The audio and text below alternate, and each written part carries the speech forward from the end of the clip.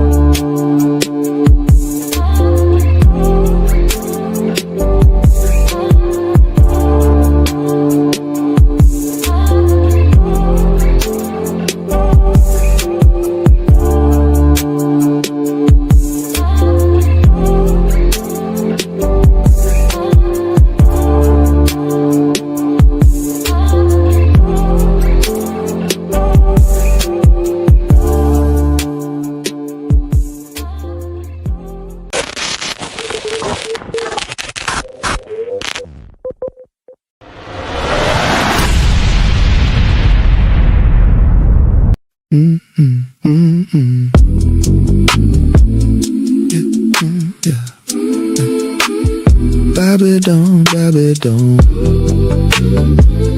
Yeah. By the riverside, we kept the name alive. They built their towers high, but truth still stood beside us. Hands on tired hearts, we sang through ash and smoke. The night was long and hard, still hope refused to choke. Hear the captives rise, hear the chain link break. Every hidden prayer turns the dark to day. Babylon will fall. Babylon will fall. The proud will bend and bow. Yah has heard us now. Praise Yah, praise Yah. Faith in Yahshua. Praise Yah, praise Yah. Our joy is coming through. They mocked our trembling knees. They laughed at holy flames, but every seed we kept just calling out his name. The bread was thin as dust, the road was sharp and long. Yeah, in the furnace heat, we learned a stronger song. Hear the captives rise, hear the chain link break. Every hidden prayer turns the dark to day. Babylon will fall. Babylon will fall. The proud will bend and bow. Yah has heard us now. Praise Yah, praise Yah. Faith in Yeshua. Praise Yah, praise Yah. Our joy is coming through. At the fall of Babylon, we lift our hands and sing. At the fall of Babylon, the desert blooms like spring. No grave can hold our praise. No thief can steal this crown. The judge of all the earth has heard us crying out. Oh, Babylon will fall. Babylon will fall. Babylon will fall. The proud will bend and bow. Yah has heard us now. Praise Yah, praise Yah. Faith in Yeshua. Praise Yah, praise Yah. Our joy is coming through. Babylon will fall. Babylon will fall. The nations see his light, and Zion rises high.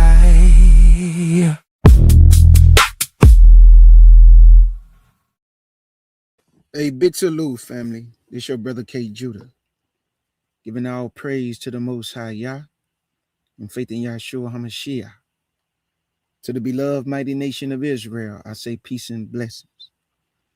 To the CUC family, to Elder Beryl Wack, my beloved Elder Bro Tim, and my beloved Elder Beryl Wack, I want to give them a big salute. You know, for these to be elders and for them to bring forth the truth to the nation, and also my elders who brought me into this truth, which was Elder Bro Boy and Elder Bro Marlon. I also want to give them a shout out. So I thank the Most High for our elders, because we see a lot of our younger brothers, and I'm not demeaning or saying anything bad about the younger brothers, but I pray that the Most High send the younger brothers some elders that could really just guide them and equip them with the right understanding.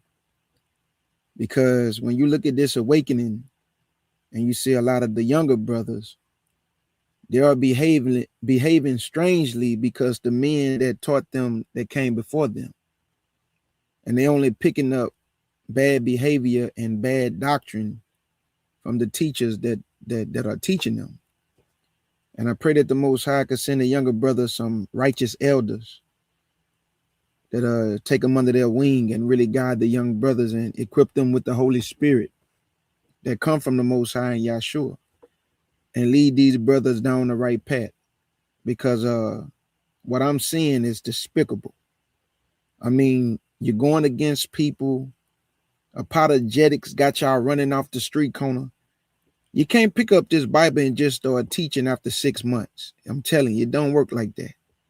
And now y'all running off the street corners because you can't answer the questions and stand on the doctrine that you've been taught, and people are demolishing y'all, making y'all look foolish on the street corner. Go put the Bible down, get edified first. It takes years to become, I don't even like saying teacher. It takes years to be a student, let alone trying to pick the Bible up and edify a nation of people. This is a nation, and y'all are doing a poor job because your teachers did a poor job. And now they got y'all out there cursing people out, demeaning people, disrespecting everybody. Put the Bible down, young brother. Get edified first. Get wisdom, knowledge, and understanding. Then you teach. Then you teach. You're not ready to teach. You're not ready to teach. The first thing is being a teacher is being humble. And being humble, you need the Holy Spirit to even try to edify anybody. Without that, go sit down. And I'm saying this out of love. Go sit down. Go sit down, please. Y'all making us look bad. Making us look bad. So, with all that being said, I just had to say that. I pray that the Most High send our younger brother some elders, righteous elders. As y'all see the title, my reaction to Brother Dewayne speaks on the corruption, racial bias, and the cover-up in our young brother Karmelo Anthony case. I've been praying for my young brother. I know y'all been doing the same thing, praying for our young brother. And it ain't just about Karmelo. We praying for all our brothers and sisters. Did y'all know that we are number one in exonerations? I'm pretty sure a lot of our people knew that. We are number one in being exonerated. I wonder why. I wonder why. We are people that not only are crimes perpetrated against us, and a lot of these crimes be falsified. You know, I seen a cop planted a gun in a brother's car and then told him it was his gun. I seen a cop plant drugs in the car and then told him, man, oh, look what we found. Man, I'm telling y'all, family, this is why we need the Most High Yah and his son. That's the only way you're going to be protected. Outside of that, you are open season for the devil. And if you are not putting your faith in Yahshua to the glory of the Father, if he gives Satan his way with you, man, that man will stiff you like wheat. I heard somebody one time say, I spit in Satan eye. I say, man, you wouldn't spit in Satan eye. Man, be quiet. Boy, Satan will stiff you like wheat if the Lord remove his hand off your goofy behind.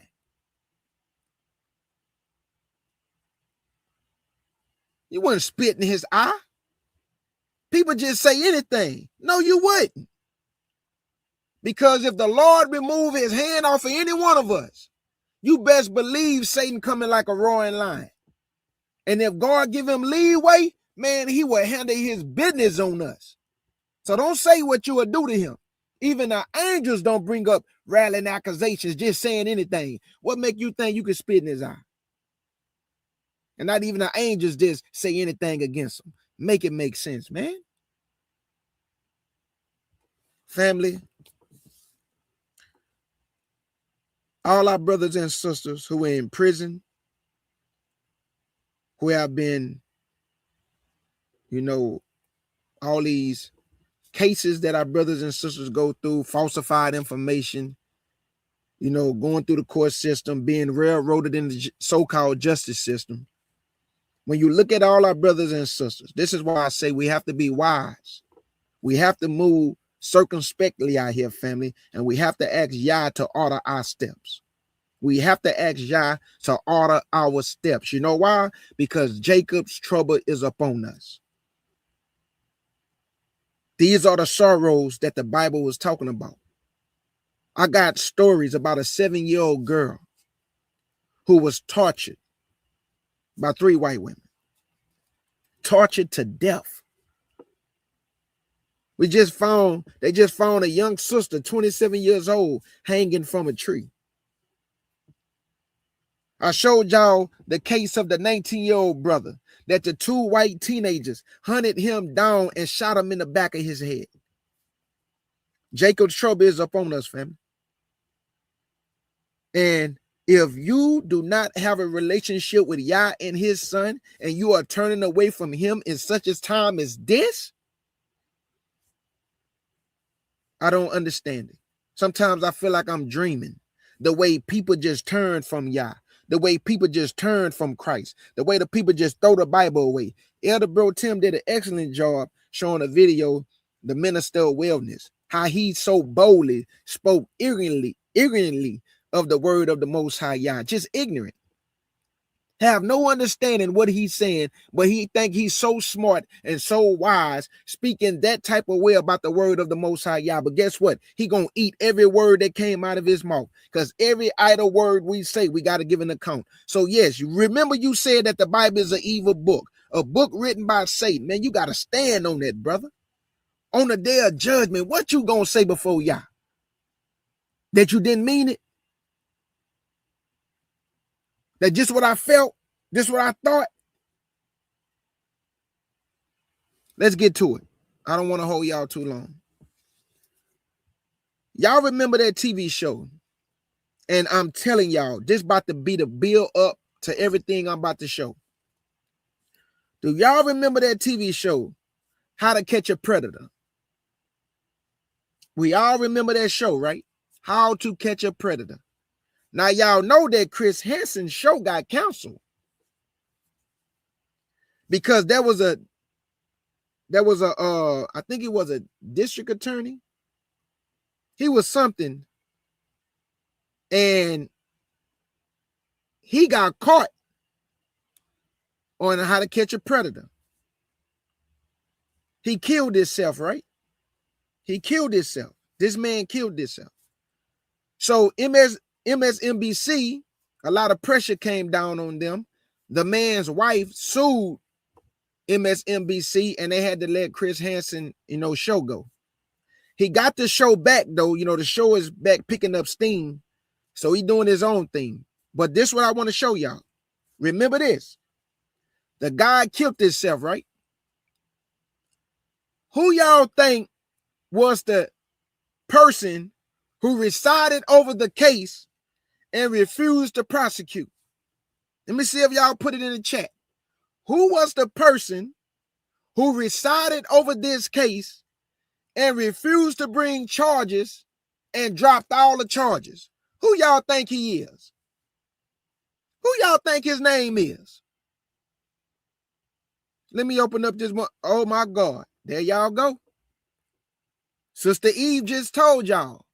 Judge Roach, y'all, the one who just gave Karmelo 35 years, that man who was on How to Catch a Predator, it was Judge Roach's buddy.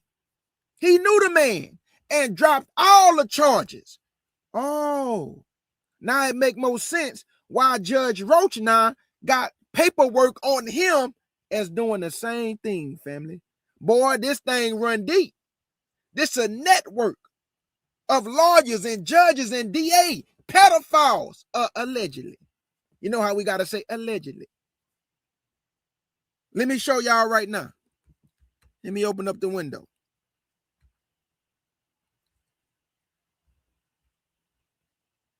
All right, here we go, family.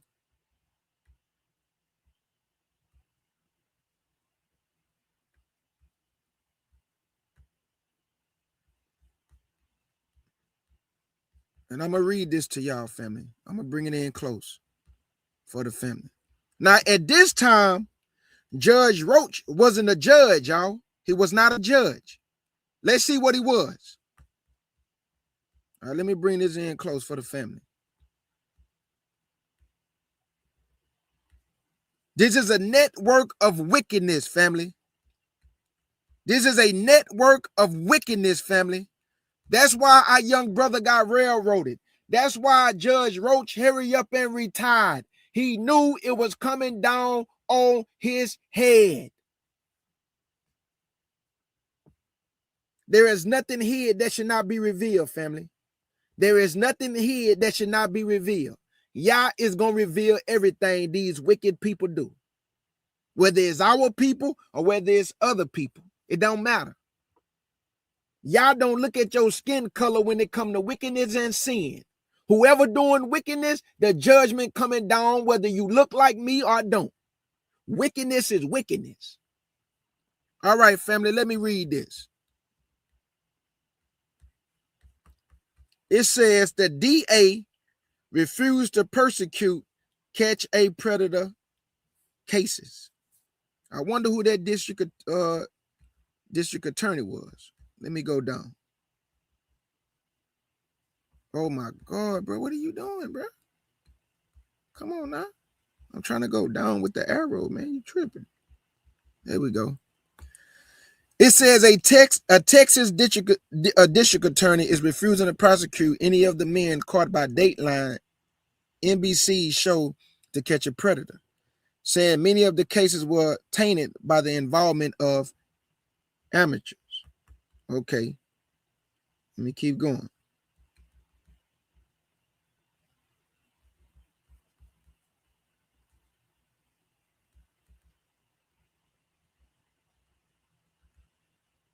I don't know what's going on this morning, but jeez, it's like my laptop, man. Okay. It says sting in which police teamed up with Dateline NBC to catch online pedophiles who was supposed to send a flinty-eyed Texas-style warning about this Dallas suburb. Don't mess with Murphy. Okay, let's keep going. It says instead it has turned into a fiasco. It says one of the 25 men caught in the sting, a prosecutor from a neighboring county, committed suicide when police came to arrest him. The Murphy city manager who approved the operation lost his job in ensuring furor. Do y'all hold on. The Murphy city manager who approved the operation lost his job. Y'all see this? See, when you doing wickedness and there's an operation and a network of this wickedness, whoever try to go against it, you're gonna either lose your job or lose your life. And this individual lost his job. Let's keep going.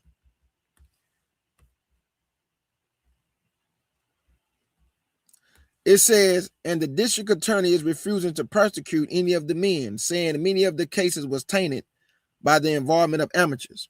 Certainly, these people should be persecuted for the full extent of the law. But the fact that this was all done for television cameras raised some questions, said Mayor Britt Bowen. It is the first time in 9 Dateline NBC to catch a predator stings across the country. In the past year, and half of that persecutors did not pursue charges. Watch when I get down to this man's name, though, who refused to, bring these charges up on these pedophiles. It say Dateline has made primetime entertainment out of it, contacting would-be child molesters over the internet, luring them to a meeting place, and videotaping their humiliation confrontation with reporter Chris Hansen. Dateline works with an activist group called Perverted Justice, which supplies adults who troll internet chat rooms, posing as underage boys and girls, and try to collect incriminating sex talk. That's sad, man. Grown men, dog, in high positions, messing with children, bruh. City manager Craig Sherwood approved such an operation in his well-to-do community of 11,000 after being approached by Dateline and Perverted Justice, but he never informed the mayor or the city council. He said secrecy was necessary for the sting to be effective. Over 4 days in November, 24 men was arrested at a 2-story home in one of Murphy's News neighborhoods after allegedly arranging to meet boys or girls there. Some of other suspects contacted Perverted Justice decoys online, but never showed up at the house. Among them was Louis Conrad Jr. This the guy, y'all. This the man right here. This the one we dealing with. Among them was Louis Conrad Jr., an assistant prosecutor from neighboring Kaufman County, who allegedly engaged in sexually explicit online chat with an adult posing as a 13-year-old boy. As police knocked at his door and a Dateline camera crew waited in the streets, Conrad shot himself. His sister Patrice Conrad told the city council that police acted as a judge, jury, and executioner that was encouraged by an auto control reality show. Y'all see what they do? They never hold themselves accountable for nothing. She blamed How to Catch a Predator reality TV show is what she called it, instead of blaming her brother for messing with kids. But she blamed Chris Hansen and them, not her brother. They never hold themselves accountable. These are babies. Whether it's a white baby, black baby, Asian baby, Hispanic baby, these are babies. They can't put up no fight while they being violated by these sick pedos.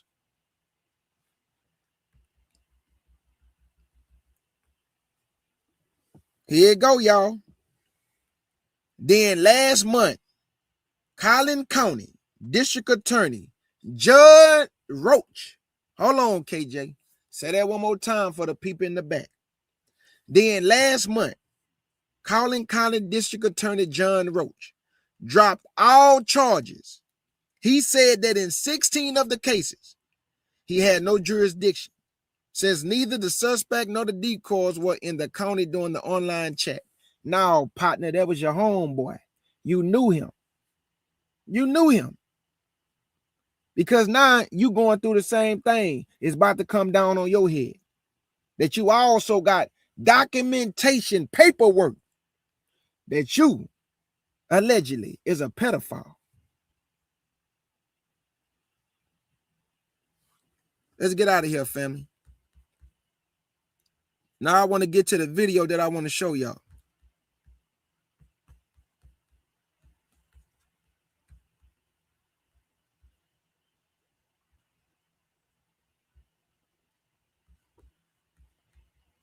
The man killed himself, family, because he couldn't stand and face what he have done. Don't you know how sick you gotta be to mess with children? The man had a wife, and instead of his wife blaming him, she gonna go sue Chris Hansen. And MSNBC settled for I don't know how much. Y'all know it was some millions. How she get money from what her husband was doing, being a pedo? How? But that's the world that we live in. Because like I keep telling y'all, this is a network of wickedness in high places. We talking demonic activity. Look at all these kids coming up missing. Look at all these women coming up missing. Sex trafficking, pedophilia, politicians, judges, lawyers, cops, DA. All these people is a part of this wickedness. Have y'all ever noticed they act like they for the kids, but at the same time, they are the one violating the kids? They act like they for the babies, but they violating the babies while they acting like they for the babies. I could never understand looking at the back of a milk carton when I was in school. All them children used to be on that milk carton. I didn't understand why at that time, though, because I was a young man. But now I understand. They suck the life out of these babies. Drinking these babies' blood, talking about it make them look younger. Let's get to the video, man. John Roach dropped all charges on his prosecutor. Talking about it wasn't enough evidence or it wasn't in his jurisdiction.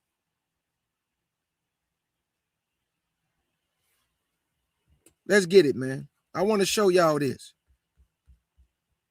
I want y'all to listen to our brother Dewayne and how he gonna drop these jewels and let y'all know what's really going on with our young brother Karmelo. I don't know if y'all saw this video or not, but he about to say a lot. And I'm only gonna go to about the hour and some minute mark. I'm gonna let it play. If I need to interject, I will, but I'm just gonna let this video rock out. But I want to read this scripture before I get to this video, just so our people can know where we at in the prophetic timeline. This is Jeremiah chapter 30.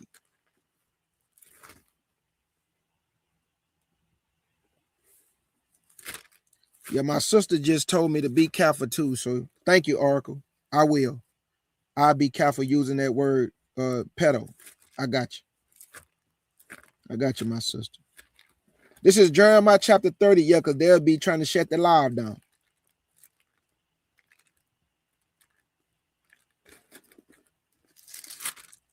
Jeremiah 30, family.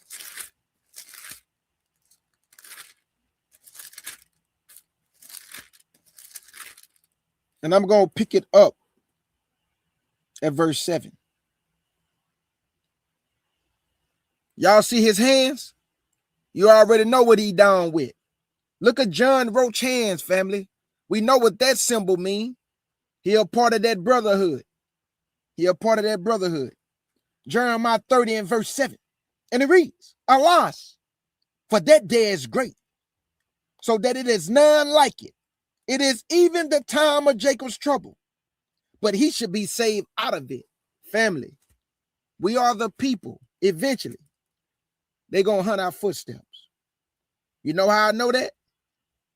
Because the only way we're going to make it out of here is by the faith of Yahshua to the glory of the Most High Yah. That's it. So if you say you believe in Yah and don't believe in the Son, you have no atonement and no protection over your life.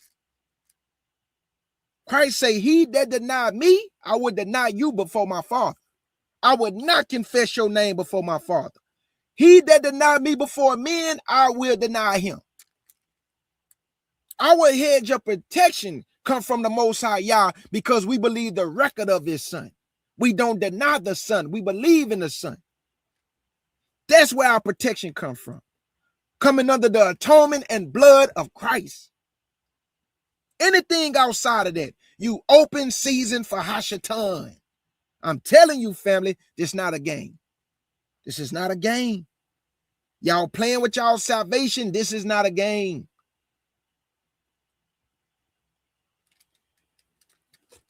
Verse 7 again. Alas, for that day is great, so that it is none like it. It is even the time of Jacob's trouble, but he should be saved of it. And that's where we headed to, family. Jacob's trouble. Be vigilant, be wise, move circumspectly, and let Yah order your steps. And that's how we're going to make it out of here. By being wise as a serpent and harmless as a dove. They want us to mess up. They provoking us. They want us to do things contrary to what we want to do. So that's why we got to ask Yah for the protection to keep all this stuff away from us. We are not ignorant of Satan's devices. So that's why I say we move with wisdom. Not foolishly, but with wisdom. All right, let's go. Here go the video, family. I'm going to let this video rock out. Brother Dewayne, big salute to you. And also my sister, Lakeisha Keisha. They did an excellent job with this video. So let's go ahead and let our sister and Brother Dewayne do their thing. I'm going to just fall back, y'all. Listen to the stuff that Brother Dewayne about to say. Listen to the stuff that he about to say.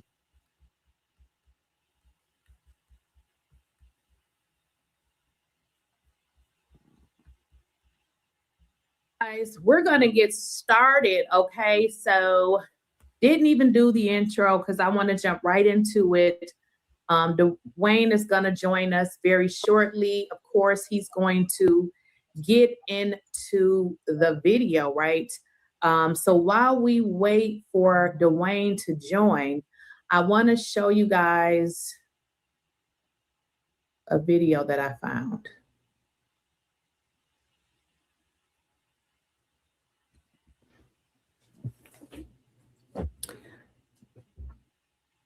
So this was another video that I was able to find online. And if you zoom in, wait, let me just stop it right there. Do y'all see that? You see people were hitting him.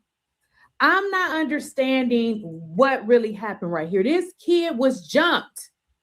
I mean, you have to zoom in to be able to see it, but he definitely was jumped. Now, Dewayne is going to come on. If you guys recall, he's the guy that I had on my show, and he talked about seeing the video. I want him to walk us through what we're actually seeing. If you guys recall, or if you were here yesterday, I had called him on the phone because I'm like, what is this we're seeing? Is this the actual video? And he said, absolutely not. That is the grainy video. So this is not the actual video.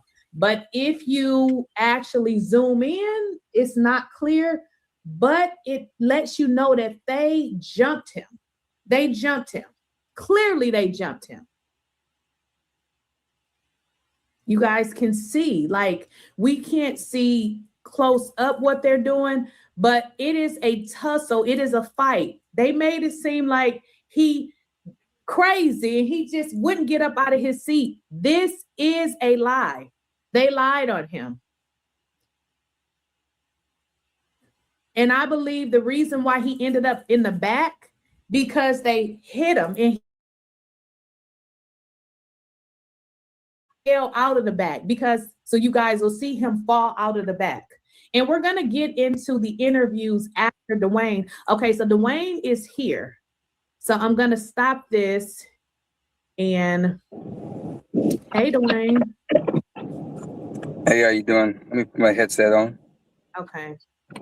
So what I want to do is, and they love you over here, by the way. So I don't know what them folks online talking about, but they wanted you to come back on because obviously the video was released. And I said from when I saw the video that this could not be the video that is clearer, because from me seeing it, it looks like something is going on, but I had to zoom in. I also found other videos where they zoomed in. And one, let me just show you this one right here, and I want you to be able to see it. You see that video right here? They actually circle where the commotion is going on.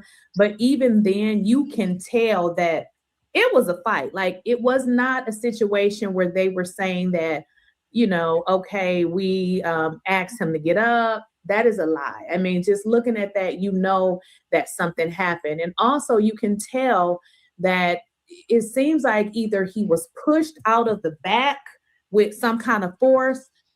Even when he finally ran into the officer, parts of this video is not accurate because you see him running to get away and then you see him stop running. So this video is highly edited. I don't know, you know, what part of it is edited, but it's not cohesive. Like, it looks like something is not all the way correct. And also we can tell that it's edited because there's no timestamps. It's not the original video. And I'm wondering, like, you know, why did they, well, I know it seems like they just gave us this video to shut us up. But if you can walk us through what we're seeing on the screen, I'm just going to play it and just turn the volume down. Okay. What we're seeing here is actually a different camera angle. These are three different cameras. And so this camera right here is one that they never showed anybody. And this is the boys, the twins, and their friends walking through the gate. So you see either Hunter walking with the first group and Austin with the second, or they said Austin with the first group and Hunter with the second guy. And that's them walking over. This is another camera angle. This is from the 40-yard line on the left side or the south side of the stadium. They didn't show this either to the people that did the PRI request and to enter Frisco ISD. This is a separate camera. This is Karmelo actually walking up before any of this happened. And this is where from testimony you hear them saying EP. You think you're fine after a car accident until this happens. Most people don't realize that even accidents that seem minor can financially destroy you when the real costs hit weeks later.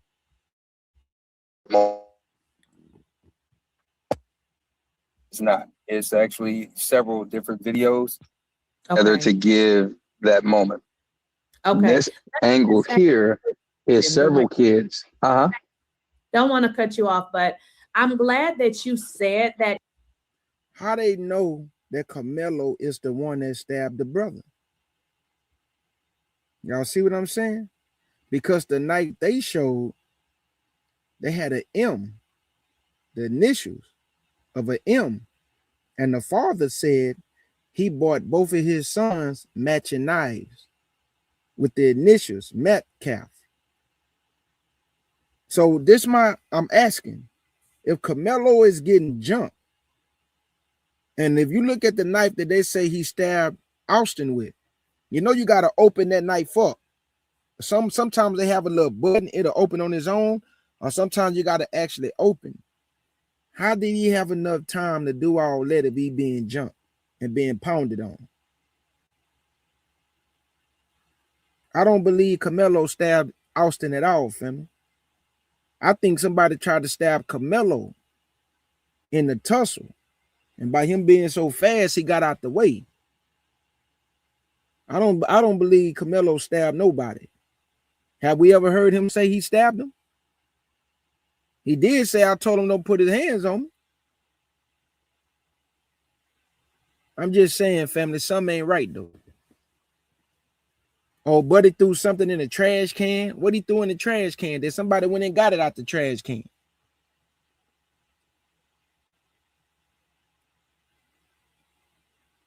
And how they knew he was under that tent? Did somebody call them and tell them, hey, he under the tent? How they knew to go exactly to that tent, man? How they knew that? I believe Eddie texted them and told them, hey, he under the tent. You know, this the same Eddie who say he didn't know him. This the same Eddie say, hey, I ain't really know him, but they got them on pictures playing video games, chilling with each other. Come on, man.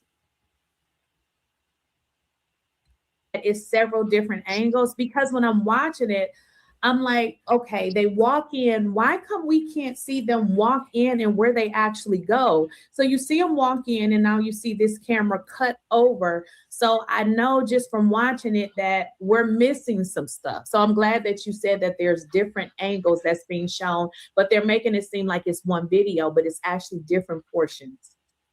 Correct. And before you started, this that we're looking at, this is actually the prosecutor's evidence that they submitted into court to put up the prior case. And so every time that a case is adjudicated, the court gives you a dump of all of the evidence that was put into the case. So that's what we're seeing. This is not anything that was being where we're talking about we're having to fight with Frisco ISD to get the actual footage. This is not that. This is what was going to be released regardless, because this is what every court does after it's available. They release it to the public. And normally your media get it first because they're the ones that's sitting at the courtroom every day waiting for it. And then people like myself that have PIRs or FOIA requests in will receive it as we go and pay for it and get it ourselves as well.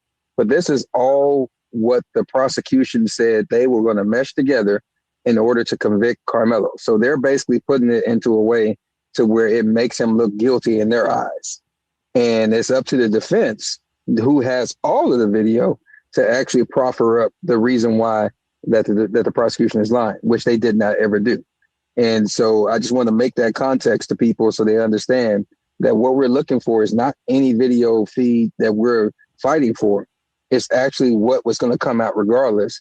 And this is what was shown in, well, not all shown in court, but this is what the prosecution offered up as evidence and put into the case. And so we're seeing that how they mesh it together. And again, you're looking at 3 to 4 different camera feeds that they mesh together as one. Gotcha. Okay. Got it. Okay. So from what I'm looking at, it looks like a stadium. I don't make out who these people are, but as I watched it multiple times, I started to look at this canopy, because I know from all of the people that I have heard speak about this, this is where the action takes place. And if you could pause it right there, right quick, before we go further. If you really pay attention from looking at the video that we saw earlier of Karmelo coming out from the steps coming into the stadium and walking over toward where the memorial canopy is that they're not showing, there's 2 other canopies that's there to the left of it. So he was walking past that way. There was courtroom testimony that EP, Eddie, is the one that called him into the canopy. So by this time that this video is running, Karmelo is already up under the canopy. But Eddie lied in court and said he did not call him over there to the canopy. Y'all see this? The original police records they did not use in the courtroom, y'all. I'm talking about with the kids. They all got on the stand and lied and changed their story. Every last one of them. The guy who was originally on the case, they shipped that boy off somewhere.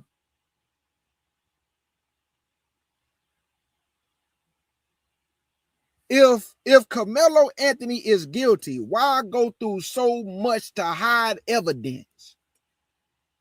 If Karmelo Anthony did what y'all say he did, you will provide all the evidence. Because he guilty, right? But that's not what y'all did. Y'all are hiding evidence. You are threatening people in that county. Why did everybody change their testimony, y'all? What happened to all these kids lied on Karmelo and said he was the aggressor?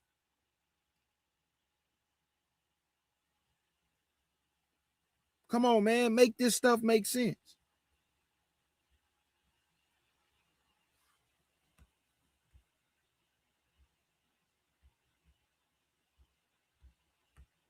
Canopy with EP. EP has moved.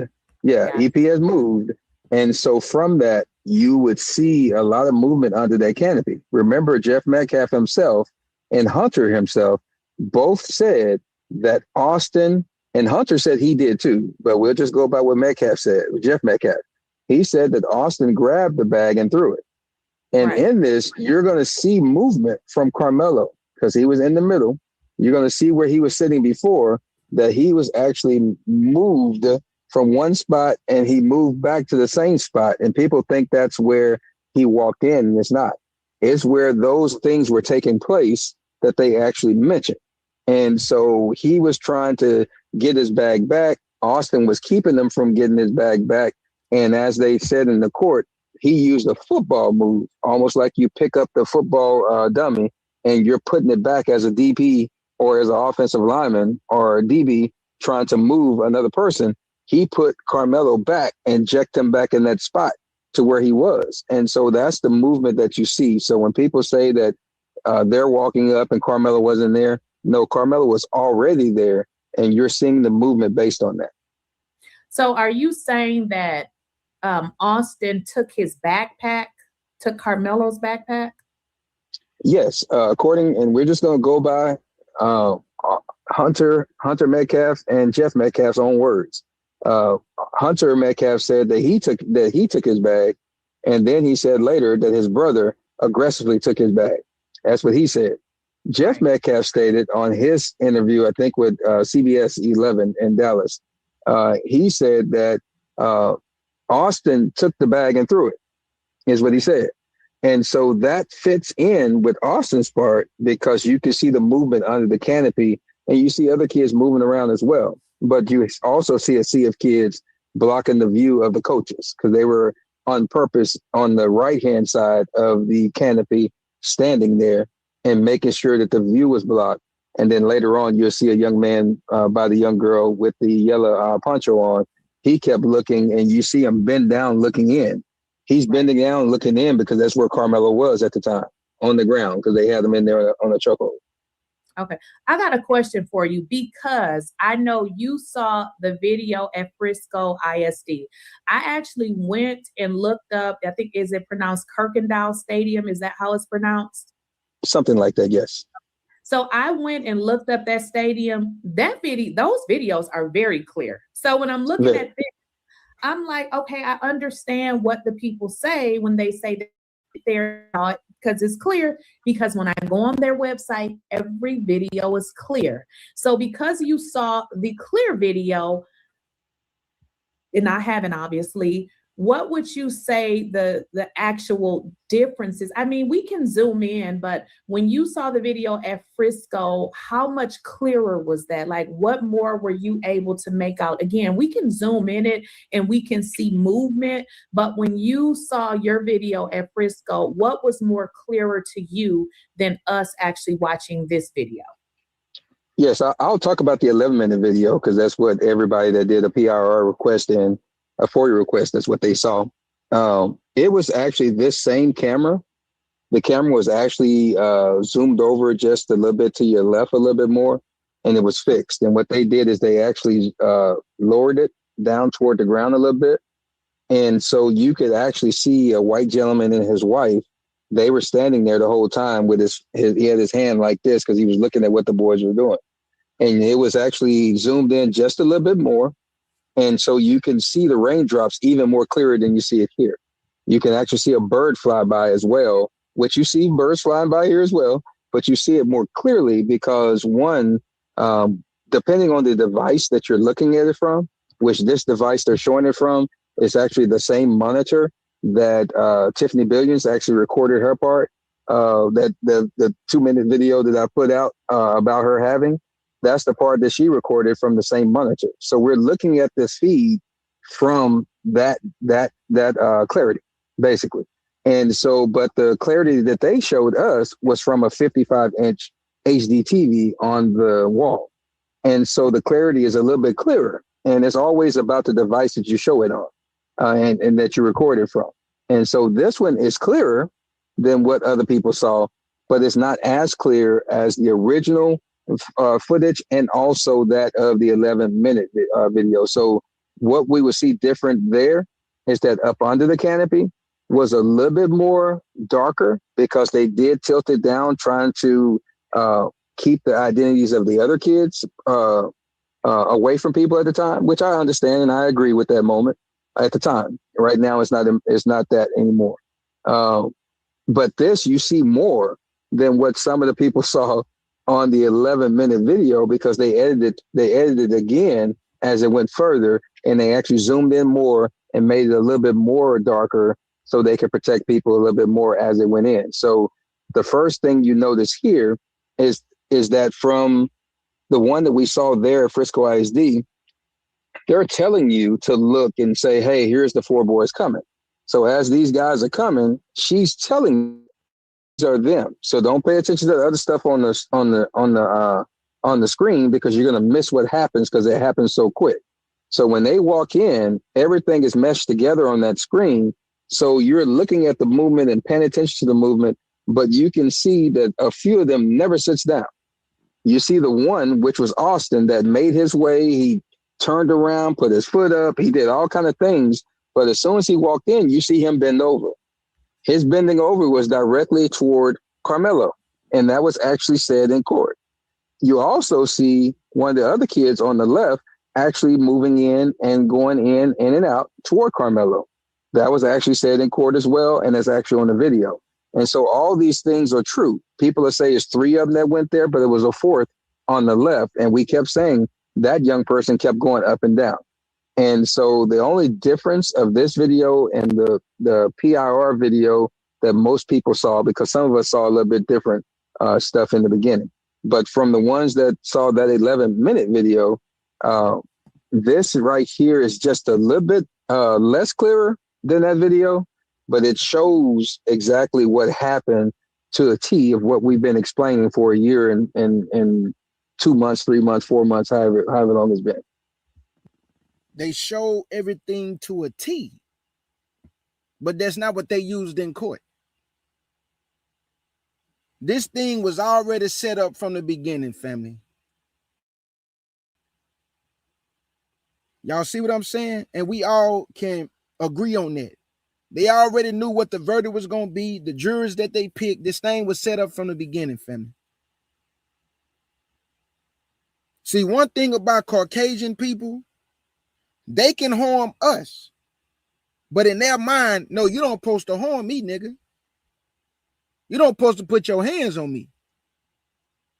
See, that's why they've been trying to invoke that fear in us by using certain brothers and sisters as examples that, hey, if y'all do this, we're going to give you 50 years, 99 years. We're going to give you life without parole. That's going to put fear in other Negroes. But it don't put fear in other Negroes, not the dead, don't.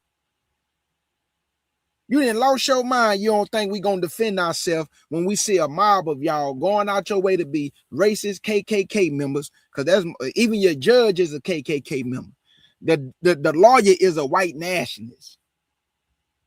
The police department, KKK. Politicians, KKK. This is a big network, family. It's been like this from the beginning of time since we've been here. Especially when they put us in captivity. These people all work together, man, to keep us in bondage, physically and spiritually. But the Most High, bypassing all that and still waking us up in the last days. So the point that I'm making, they can harm us. We don't supposed to defend ourselves. We supposed to take it. We supposed to take it, family. They always trying to use one as an example to invoke fear, and fear is not working on us today. You can't even go shopping at the store without these people bothering you. You can't even go to the park bench and chill without these people bothering you. You can't even park your car playing your music at a nice little pace. They coming.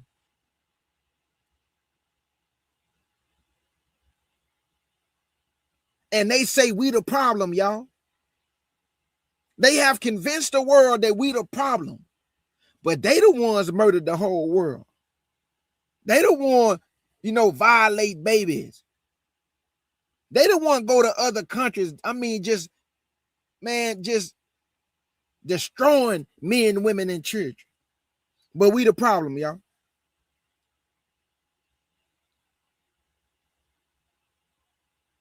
That's why you can't eat your enemy's lies and then think he gonna tell you the truth. Whatever this man say in the media, I don't believe nothing he say. Because whatever he say in the beginning, I know is a lie. The truth is behind him. They never gonna give you the truth in the beginning. That's how I know it's a lie. These people don't tell no truth. These people tell lies. So whatever they say, I know that's not the truth when they first said. Because this is who they are, family. They speak with a forked tongue. Dog, they can be guilty. They can be guilty. And they'll still turn it on you and say, but y'all commit the worst crimes. Y'all kill each other. Y'all really believe they care about us killing each other? There's been a card they've been using since we've been here. Y'all commit worse of crimes, though, black man and black woman, because y'all kill each other. White man, you kill more people than anybody on the whole face of the earth. White woman, you kill more people than anybody on the face of the earth. Y'all crimes supersede every nation on this earth. But y'all have convinced the world that the black man and woman and children is the problem in America, lying, telling people we make up 50% of the crime. Don't you know how stupid you sound to say we 13% of the population, but we make up 50% of all crime in the United States of America? You are retarded. You so dumb, you don't even know how to calculate numbers. We can't make up 50% of all crime in the United States being so-called 13% of the population since 1942. Because I'm being facetious because y'all so retarded. Y'all just make up numbers. Y'all 13% of the population, but you make up 50% of all crime. Boy, stop, man.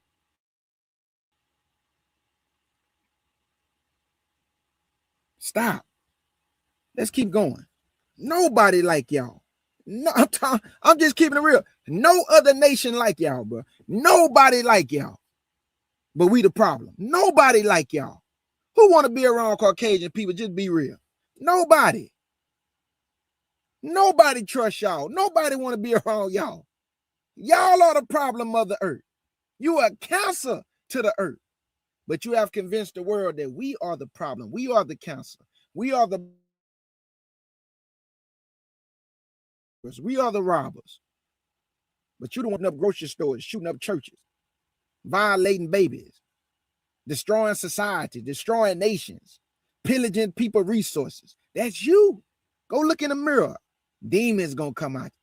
Look in the mirror. Demons gonna come out, white woman. Hey, white man, go look in the mirror. Straight demons coming out. I'm just keeping it real. Gotcha. Okay, so what I'm hearing, it was just another camera which had a better angle, is pretty much what I'm hearing. No, ma'am, it's the same camera because this is the camera at the 40-yard line. If you look right, actually, this may be the 50-yard line camera because they have a 50-yard line camera that moves with motion. Okay. And so this may be that one, but I think it's the 40-yard line camera that would be on the north or on the right side of the home side. And that's the one that they showed us the footage from at Frisco ISD. So it would be the same camera footage. They just edited it for the purposes of the prosecution. So they're showing you everything and moving it because you can move all these cameras. Same. Everything is you can pan it, I think, up to 45 degrees or something like that. Either way, all these camera angles. And so they all are movable. I got one challenge for you. Try Whisper Flow Holy ass. one time. And I promise you'll understand why I haven't typed the full. So my question though, even with looking at it, like the first time I saw it, I looked at it multiple times and then I zoomed in.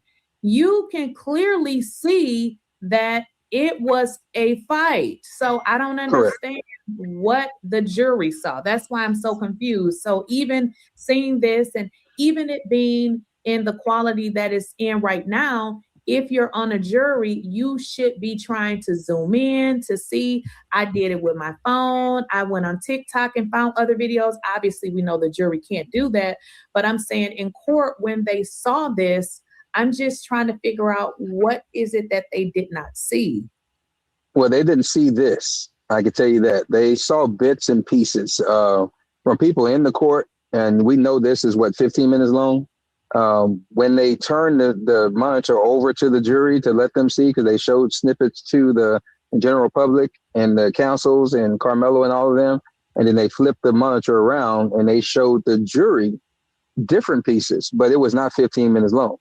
And so they showed them a compilation of what they wanted them to see. And it was Karmelo basically walking up. It was Karmelo running away. And it was just that. So they were showing that he was the aggressor. He intended this, and he ran away from there. That was their cry as far as the prosecution. The defense never rebutted that, and so they were not shown this 15 minutes. They were not shown that. They were just shown a compilation, which was still shots, little snippets of video, from my understanding, maybe a minute long, a few seconds long. Had the little hourglass thing on it to show Karmelo, all those things. But the prosecution did proffer this entire 15 minutes up to be used if needed be. And so that's kind of that moment. And so the defense just never offered any of the footage. And they have all the footage because it was all turned over to them, because you have to, because of exculpatory evidence. The defense just never used it because they never planned on mounting the defense for Karmelo, period. Okay, because somebody told me, about the Brady violation. So I had to look that up. And it clearly says that the Brady violation occurs when the prosecution fails to disclose material that could somehow help the defense. But now you're saying that, it was provided, they just didn't use it. So essentially, the defense had the full video, just never relied on it as evidence? Correct, because it's ineffective assistance of counsel at that point in time. The prosecutor, look, one thing we have to understand is that in all of their issues, as far as the DA's office in Collin County, they are not dumb. And so they know exactly, if you commit a Brady violation, that's the easiest way for a person to get out of jail free, period. And so they were not going to not give the exculpatory evidence to the defense. Now, what did happen is that somewhere in there, after about a week or two of Mike Howard getting on this case, he decided to not be a lawyer anymore. And so whether that was at the behest of the judge, behest of the prosecution, DA Willis, whoever, somebody got in his ear and got in his life and got in his mind, and he decided not to be a lawyer anymore. Because I know that when he took this case over from the other two attorneys that were on it right before that and got fired, they had already started working on trying to get it dismissed. He took up on that case and he was working on trying to get it dismissed. And then all of a sudden he has an ex parte meeting with the DA's office and whoever else at the Collin County Courthouse building. And after that, he forgot how to be a lawyer. And that showed all the way up to the time that we saw through trial. So that's kind of what we're dealing with. So there, from my knowledge, there was no Brady violation when it came to the videos, because I know that the defense received all of the video footage. Okay. Okay. So it would have been on the defense then to show this portion and just zoom in so that the jury can, have that reasonable doubt. Because when I look at this, I'm like, okay, if they say it wasn't a fight, they lying. Now, I've heard some people say, and even like in multiple different chats, they say, well, Karmelo said he put his hands on me. I didn't take that as him saying that it wasn't other people, because I feel like when you're in a situation, especially when adrenaline is running, you may say he, but it was they. So I didn't take that as an indicator that it was one person opposed to multiple people. What do you think about that video where Karmelo says he put his hands on me opposed to they? I think people have to understand that context always matters. Even this video, when we get further into it, you will see that once Karmelo ran away, he ran over toward the coaches. He got to a coach. We know that from the coach who testified that he talked to Karmelo. He walked with Karmelo. He told Karmelo, if he passes away, your life is done. And Karmelo was like, no, he's going to be okay. And he was like, no, if he passes away, his life is going to be over. And Karmelo started crying. If you watch this video as we go further, you're going to see that said coach. And that coach actually walked him over. If Karmelo is the one who stabbed him, why he told the coach he going to be okay? Because the knife they showed him and the way they say Karmelo stabbed him, why he telling the coach, nah, man, he going to be okay? How he knew that if he stabbed him? See, it's just little stuff like that how he knew that? How he know he gonna be okay? Man, if I stab somebody in the chest close to their heart, I don't know if they're gonna be okay. He might die.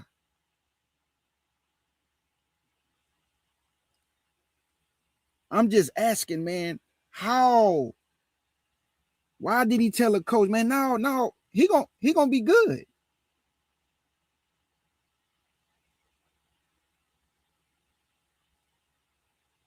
All I'm saying, family, is that this whole case, I believe they made Karmelo take the fall for something bigger. Whatever happened under that tent, all this, it was just Hunter and he grabbed them and used the football move on them.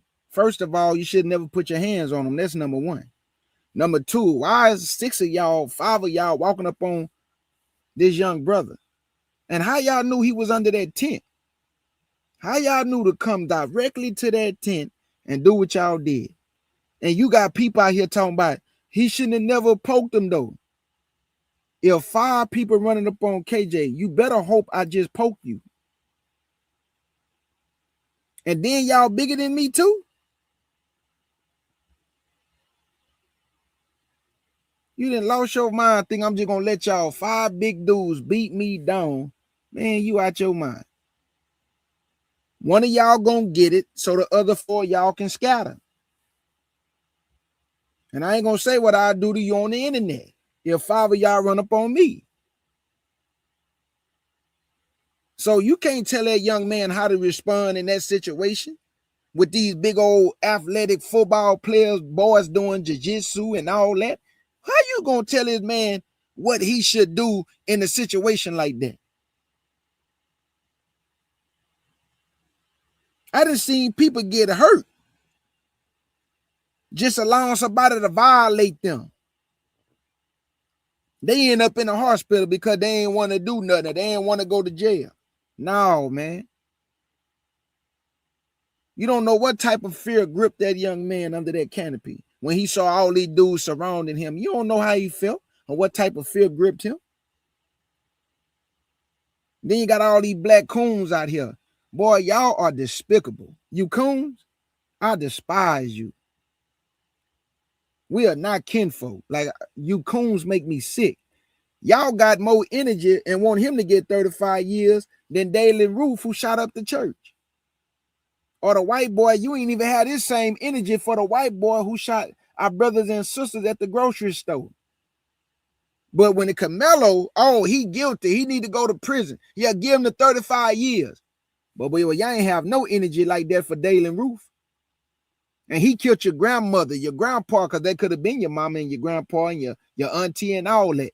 Boy, y'all ain't had that energy for him. But when it come to your own kind, boy, oh my God, boy, I mean, just that disdain you got for your own kind, just that hatred and animosity, yeah, throw away the key, give them life without parole. And all this young man was doing was defending himself against 5 big bullies. Because when they came through that gate, them wasn't no little dudes. Karmelo Anthony ain't nothing, what, 5'9", 130 pounds? These dudes play football, 215 pounds, 6'1", 6'2", athletic, no martial arts. Come on, man, make it make sense, man. You want a 130-pound little guy to not use something to get a 215-pound guy who knows jiu-jitsu off of him. So he's supposed to try to fight him. 5 guys. He's supposed to fight him, right? Y'all are retarded, man.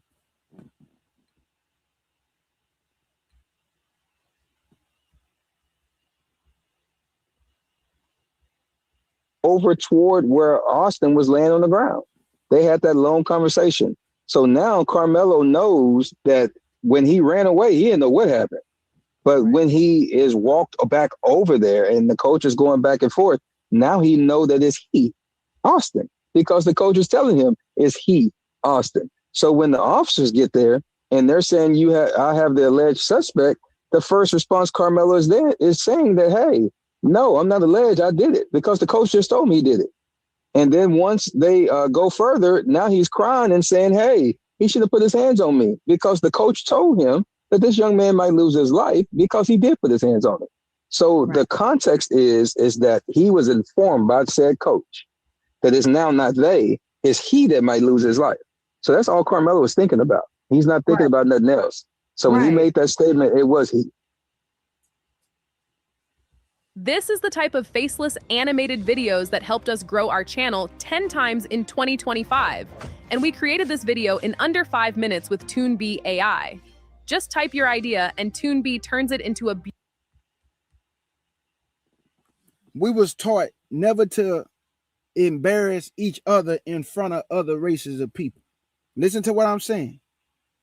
We wasn't taught when something is wrong or somebody did wrong that we still don't correct the wrong.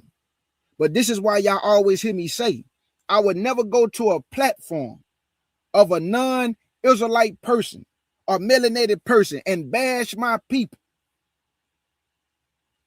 What I do is I'm going to pull you to the side, dog, and say, hey, bro, you out of line for that. You need to go make that right. You shouldn't be doing that, bro. See, we still got to give each other the correction.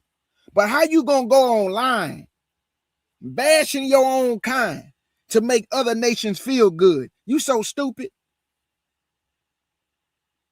You a coon, dog. Whether you a coonette or a man coon, woman coon. Coon is a coon. I don't understand you coons. Y'all disrespect your own people just so other people, you can validate them by what you saying about your own kind. And they like when you do that. That's why you get interviews when you bash your own kind. Because white people love to hear it come out of the mouth of another black person. Well, a black person said it, so y'all are murderers. A black person said it, so y'all are in single mother homes. Your father's not around. Did you know they did a study? And black fathers are involved in their children's life more than any other demographic on the earth. You see how they come up with these stupid numbers? They lie and manipulate certain things, make it look like we ain't in our children's life. And they did a study. We was number 1. When I used to drop my baby off at the bus stop, it was nothing but black fathers out there with their kids. And I used to smile. Because I was like, look at all these black men out here with their babies, but they lying saying we don't take care of our kids.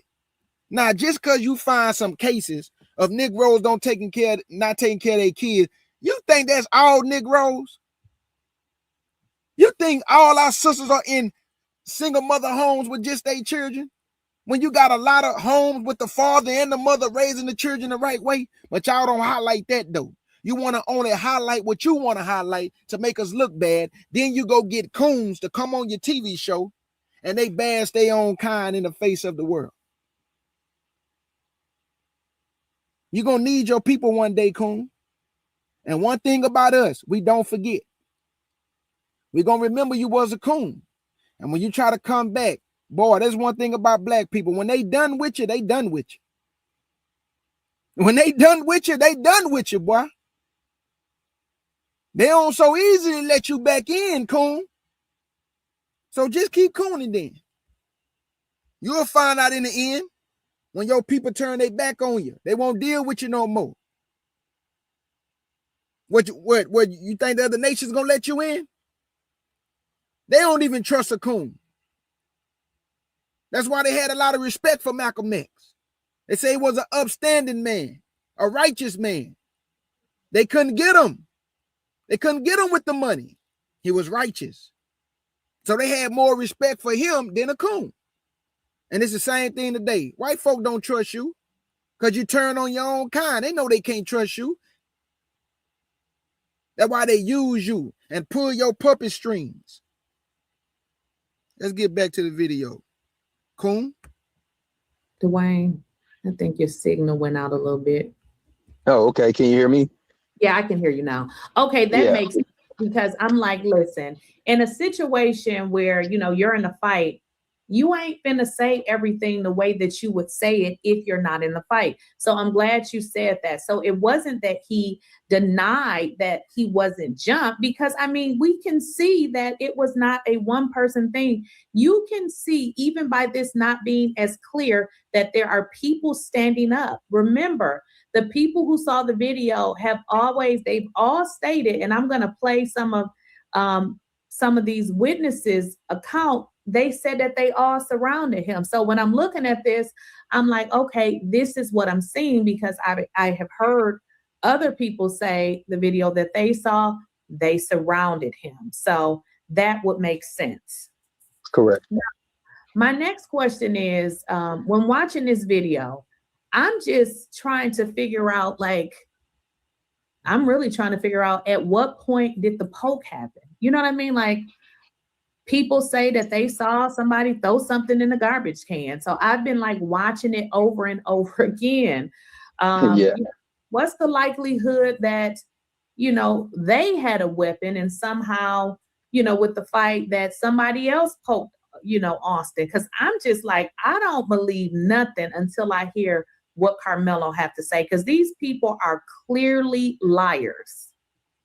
Yeah, and you can clearly see that one young kid that actually went toward the trash can. He hit it so hard that it actually moved, and that was as they were chasing Karmelo.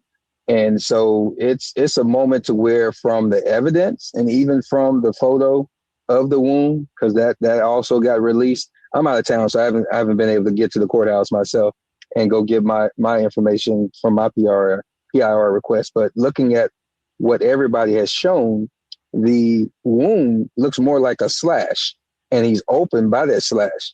And so then looking at the actual tool that he used, I know this is YouTube, so I don't want to show it to you, but I have an actual replica almost of that same type of tool, because it has the window crasher thing that I carry with me from a vehicle. So if I ever get into an accident, my windows don't work, I can break it. It also has the little thing where you can cut the seatbelt. If your seatbelt is locked. And that's exactly what that tool was. Now, we knew also that Hunter carried one every day. We have photos of it being in his pocket. Y'all hear this? Do y'all hear this, family? Come on, man. If our young brother is guilty, why go through so much to hide the evidence? Y'all know how it is. When somebody guilty, the evidence gonna be right there, right? To let you know they guilty. They went through too much on that young brother because he ain't guilty, family. That's why they rushed this case. They rushed the case. They sentenced this boy the same day, family. I thought you got to come back to court. They sentenced this boy the same day. Where they do that at? Where they sentence you the same day? They rushed this case because we already know that John Roach, he's about to retire, right? So he trying to hurry up and get out of there because he already know what's coming over his head. Boom. What happened? The paperwork come out. You know, the P word. He also associated with the P word. I'm telling y'all, family, the Most High is going to work a work. And like I told my wife, I say, I believe that the Most High Yah set our young brother down so all this other stuff can come out. I said, because if he would have been released that same day and he would have been found not guilty, nobody would have did the homework on the judge. Nobody would have did the homework on the DA because we would have been so happy that he got released. We would have just let all this go. Y'all said, no, I'm finna expose everything. You sit down, Karmelo, I got you. Ain't nothing gonna happen to you. I'm finna expose the judge and the DA. Did y'all know about the DA? That boy got 75 page, nothing but sexual assault on him. What about the judge? They got paperwork on the judge. This boy's name is on paperwork as the P word. Y'all remember Chris Hansen, How to Catch a Predator? The judge, he on paperwork for the same thing that he dropped all the charges for. Or that prosecutor who shot himself in the head. Same thing, y'all. So the Most High is exposing all wickedness. We just got to sit back and let him work his work. He gonna do what he do. We don't have to understand what he doing, but we know he doing. Karmelo ain't gonna do no 35 years because the Most High is exposing all these people. He gonna bring our young brother home. He already got new attorneys right now.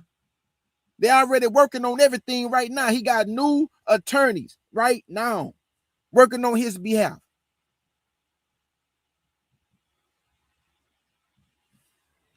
I'm going to let this go for a little bit more, then I'm going to skip it to 120 because there's something I want y'all to hear. Every day. His father said that he had just bought Austin and him one because they had took out their first wild hog in hunting the week or two prior to this. And so this is Texas we're talking about. Right. Mostly everybody carries a tool on them.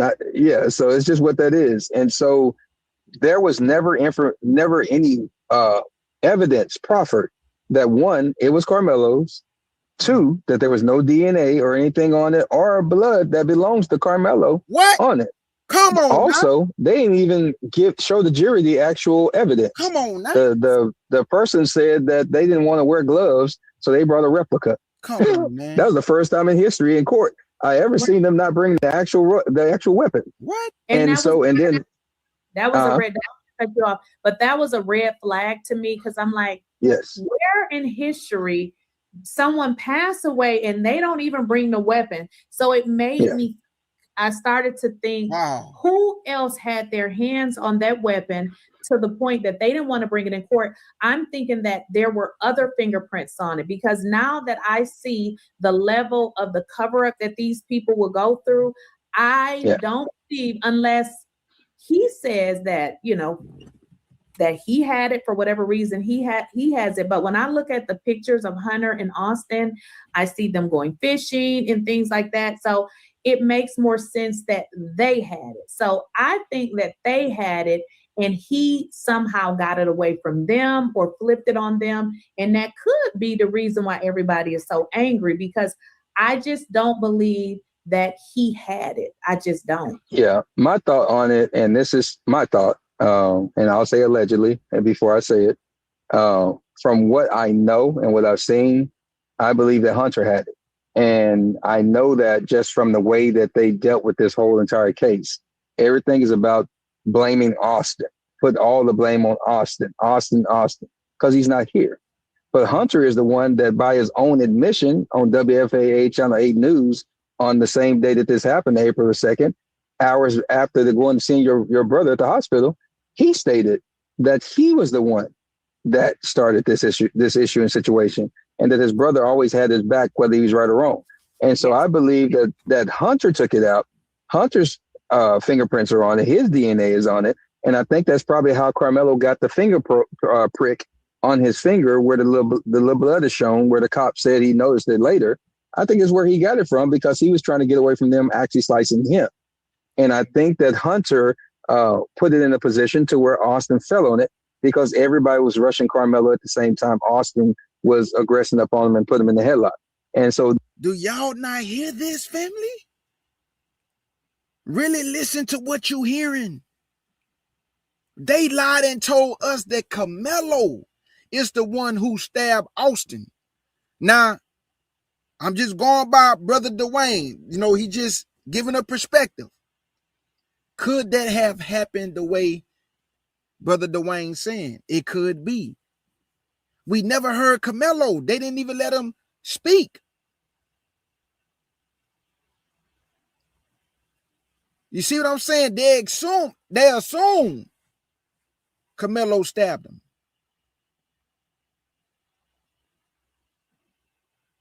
And if y'all haven't checked out Elder Bro Tim videos on Karmelo, please go to my elder's channel, Elder Bro Tim Stevens. He did excellent job on our young brother. And just speaking up, you know, as far as the scriptures go, and just speaking up for righteous judgment. Because like he said on this video, everybody claimed to have a relationship with Jesus. Everybody claimed to have a relationship with Yah. And none of these people judge righteously. They didn't even give this boy fair trial, family. They railroaded this young man. And you got the whole world. It's divided because nobody want to judge righteous judgment. So now he got 35 years, but there was a white boy who actually went to school and told his friend, I'm putting him in the hospital. Brought the knife to school, poked the boy 4 times. The boy died. They gave that boy 10 years. And we know he ain't going to do all 10. He going to get probation, and he coming home. What about that white guy who said he wanted to go shoot up the elementary school with all the black kids in there? Did y'all know they just gave that boy 2 years just now? They gave that boy 2 years, family. A terroristic threat. They gave him 2 years. But they got the audacity to tell us what justice look like. Make it make sense, family. We know it ain't no justice for us because our justice and righteousness come from Yah. So y'all gonna give us the justice that we looking for. We can't find it in the court system. And then they'll tell us, well, that cop went to prison. Man, he shot that woman in her face in her house. What else you think he supposed to go through? But guess what's going on with him right now? He got cancer. Y'all remember Taffy I told y'all about? He was mocking Trayvon Martin. Y'all know what God did to Taffy? Taffy lost his brother and 2 of his sons. Y'all remember that story I showed y'all when that couple had took that young black boy's land, took all his land and called the police on him? Or they died in a plane crash? Your justice come from Yah, not a court system. Let's get it. this is what I feel from what I know from the evidence, and then also from them not, because Hunter was not there at the trial at all. His daddy kept him at home. And even when the defense was asking for him to be produced, they took a recess and did all other kind of stuff, and he never showed up. But then once he was convicted and the sentencing phase came and they had to do the victim impact statements, he was brought there by his friends in the car. We saw him pull up, saw him get out, saw him go in the courtroom. But you were not present at any other time until after the fact. And then you had the nerves to be on the stand telling Karmelo to look at me, boy, look at me, look at me. What? And it's because you know that what you did. And when they left, someone shouted out to him that you're the reason why your brother is not here no more. And you could have seen the look on his face. He put his head down and he got in the back of that car because the guilt is on him. And the same thing with his dad when he was doing that interview and the guy said, hey, here's Hunter. You know, you have anything to say to Hunter? That man looked like he could take that man out. And he said, no, I don't have nothing to say. And he just stared at him. And you can hear the alarm of the truck open the doors. You can hear the doors stop the whole interview and just looked at him and stared at him. And if looks could kill, Hunter wouldn't be here right now. Right. And Somebody, so people, yeah, right, right. yeah, Yeah, I heard that. I gotta find that interview, but somebody said, and I'm gonna say allegedly too, I really believe the sole purpose of their hate toward Karmelo is because they were trying to do to him what ended up happening to that brother. And that correct, brother feels sorry for what happened because he is the reason that it happened. You see what I'm correct. saying? 'Cause I'm like, something is, and then think about it. Your brother, especially your twin brother, you don't show up to court. Why are you not in court? No weapon has been produced. I said, no, it's something Yeah. else in the story. It's something And else. he didn't even testify. If my twin brother, or even if my little brother, was in a position like that and he's gone, I'm going to be on that stand telling everybody about what you did to my brother. And I'm going to make sure the jury knows my grief, my hurt, my loss. So when they go back there and they deliberate, I want them to go and touch the sky when it comes for you to be locked up. He was not nowhere. Hid from testifying. They never called him to the stand to testify because they knew he couldn't. Because if he did, he was going to break down in guilt. And one thing y'all have to remember, he didn't show up in court until after the fact, after the jury was gone, because just his pure presence of walking in, seeing how tall he is, seeing how much bigger he is than Karmelo, would have let the jury know that, wait a minute, this is a problem, because visual matters in court. That's why they cut Carmelo's hair off, because visual matter. And so at the end of the day, all those things were red flags that should have let everybody know. And like I said in September of last year, that if they went to trial, Karmelo was getting 30 years because they had no interest in the judicial system working the way it's supposed to. They just wanted to lock him away and then take him up out of here, because that's what the full intent was in the beginning from the Metcalf twins and their friends. Karmelo wasn't supposed to make it past Kirkendall Stadium that day, period. He wasn't supposed to be here. And they were going to take him up out of here, and they were going to say it was self-defense, and they were standing their ground, and they had the right to castle doctrine. They were going to have all of that because it's Texas. And people don't understand that Texas law clearly states this when it comes to self-defense. If I have a reason to believe that you are about to cause me harm physically, any bodily injury to include death, I have the right to take you up out of here and let you go see Black Jesus. That's what the law says. You don't even have to touch me for that to be a reasonable belief. I have reason to believe I can take you up out of here. And case law and other cases that just happened. I am a witness, family. I've been living here all my life. I am born and raised in Houston, Texas. And I can tell y'all firsthand, everybody tote guns. That's why nobody don't be running nobody out here, family, because everybody got a gun. Talking about guns. They don't ride in the car with little guns, family. They ride in the car with assault rifles, gauges, all type of handguns. And guess what? In Texas, you can have the clip in the gun. Because y'all remember back in the day, the clip had to be on one side and the gun had to be on the other side. So now you don't even need a permit no more to carry your gun in Texas. So guess what a cop told my partner? He said, "You got any weapons in the car?" My partner said, "Yeah." He said, "It's under here." And my partner didn't have the clip in the gun. The police told him, "Man, if you ain't got the clip in the gun, what good that gonna do for you? If you don't got the clip in the gun, what's good that gonna do for you?" Let me show y'all how Texas works. And Elder Bro Tim broke the law down excellent. I used to work with an elder. His name was Eddie. Somebody tried to break in Eddie's house. Eddie shot the guy. Guess what the police told Eddie? Pull him in the house. They told Eddie, pull the man in the house. It worked different out here, family. He told him to pull him in the house because he was trying to break in the house. Eddie shot him. So it can be self-defense. Eddie had to pull the man in the house, and Eddie was telling the man, "Please don't die, man. Please don't die." But Eddie did shoot him because he tried to break in his house. So the point that I'm making is that If you feel like somebody's finna do something to you and you shoot them, stand your ground law is all up and down up in Texas. If you feel threatened, you can say, man, hey, I did that in self-defense. But with the Karmelo case, this was a whole railroad, family. They didn't go by the law. See what I'm saying? They didn't go by the law. That's why it's not good to play with nobody in Texas. Everybody got guns. You got a road rage incident, man, look, just keep driving, bro. Because they be shooting people out here. A lady killed the Hispanic guy because he was beating on her window. She shot him. It was self-defense, y'all. She shot him through her window. He died right there on the scene. I just wanted to tell y'all that, man. Texas is a little different. Everybody got guns, family. Everybody.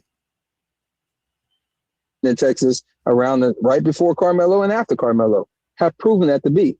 But in this instance, it was friends taking care of friends, because Jeff Metcalf, D.A. Willis, the ADA that prosecuted this case, everybody involved, they all know each other from being in the Republican MAGA party and being out there in North Texas. Even a young lady that I have problems with that messed around with me and set me up, Tiffany, she has MAGA ties. And one of the dudes that's in the photo with them, she used to have me arrested.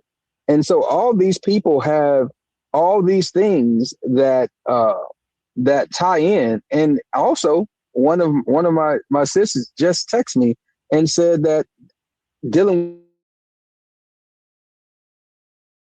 knife, it's alleged they were actually on the knife. That's why they did not show it in the courthouse. So we're going to say allegedly. But I know that Jeff Metcalf said that he gave them initial inscribed knives before that. And so we know that theirs have initials. That's why they didn't bring the knife. And that's why you only see it from one side. So you won't see the initials. And so those are the things that we have to be aware of, that Texas law stands on Karmelo's side and anybody's side, so you can go home the way you came. What didn't stand on his side was Judge Roach's courtroom, because Judge Roach was going to make sure, I don't care if Johnny Cochran was living and was in there, the outcome would have been the same, because it wouldn't have been nothing that Johnny Cochran could do to make that happen like it happened. And like I said, I've had many conversations with a lot of people. I've been boots on the ground since April the 2nd of last year on this case. I live in the area, so I know about this stuff. But I've also talked to people who were involved in this case, and still are talking to people. Just talked to somebody earlier that was intimately involved in this case, and it was set up from the beginning. The jurors and the potential jurors would tell you just the makeup of what was going on, that this was going to be this outcome regardless. And so we have to make sure that we do what we're supposed to do to get him up out of there and get him free, and also put pressure on Greg Abbott, which is our governor, and also on our Attorney General, Ken Paxton, to do what's right for him as well. And as someone just told me, because people are watching and they're texting me at the same time, they said they were going to lynch Karmelo. That's what their plan was. The kids, not the adults. So no. And if you look at the video, you can tell that it was a pre-planned moment, that what they were doing. Yeah. And we know that by a young man that did a Snapchat video, and it said 2 minutes before.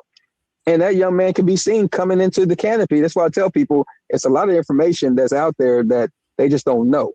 And so when we get the full video, I'm going to post it, and I'm going to dictate that bad baby all the way through, because there was a lot of players and there's a lot of video out there from these young people. I know that EP still has his. So I'm going to make that a moment out here too, because I've talked to some young people, said they seen it, that he was showing it.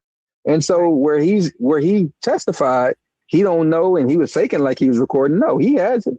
He showed it to people. They were laughing and having a good time because of his jealousy about the person that's supposed to be his friend. And so those are the things we have to expose.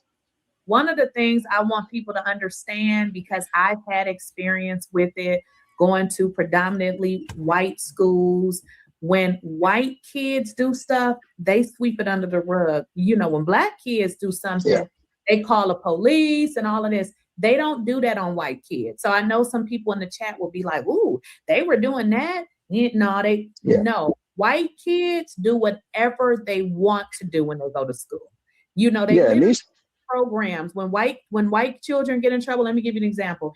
If they're doing, drugs at school, they'll create a program, you know what I mean? Because they don't want to kick them out. They tailor to what they do. They do not kick them out of school. Like Black kids are kicked out of school. So I want people to understand, because if you don't understand the culture, you'll say, no, they wasn't planning to do that.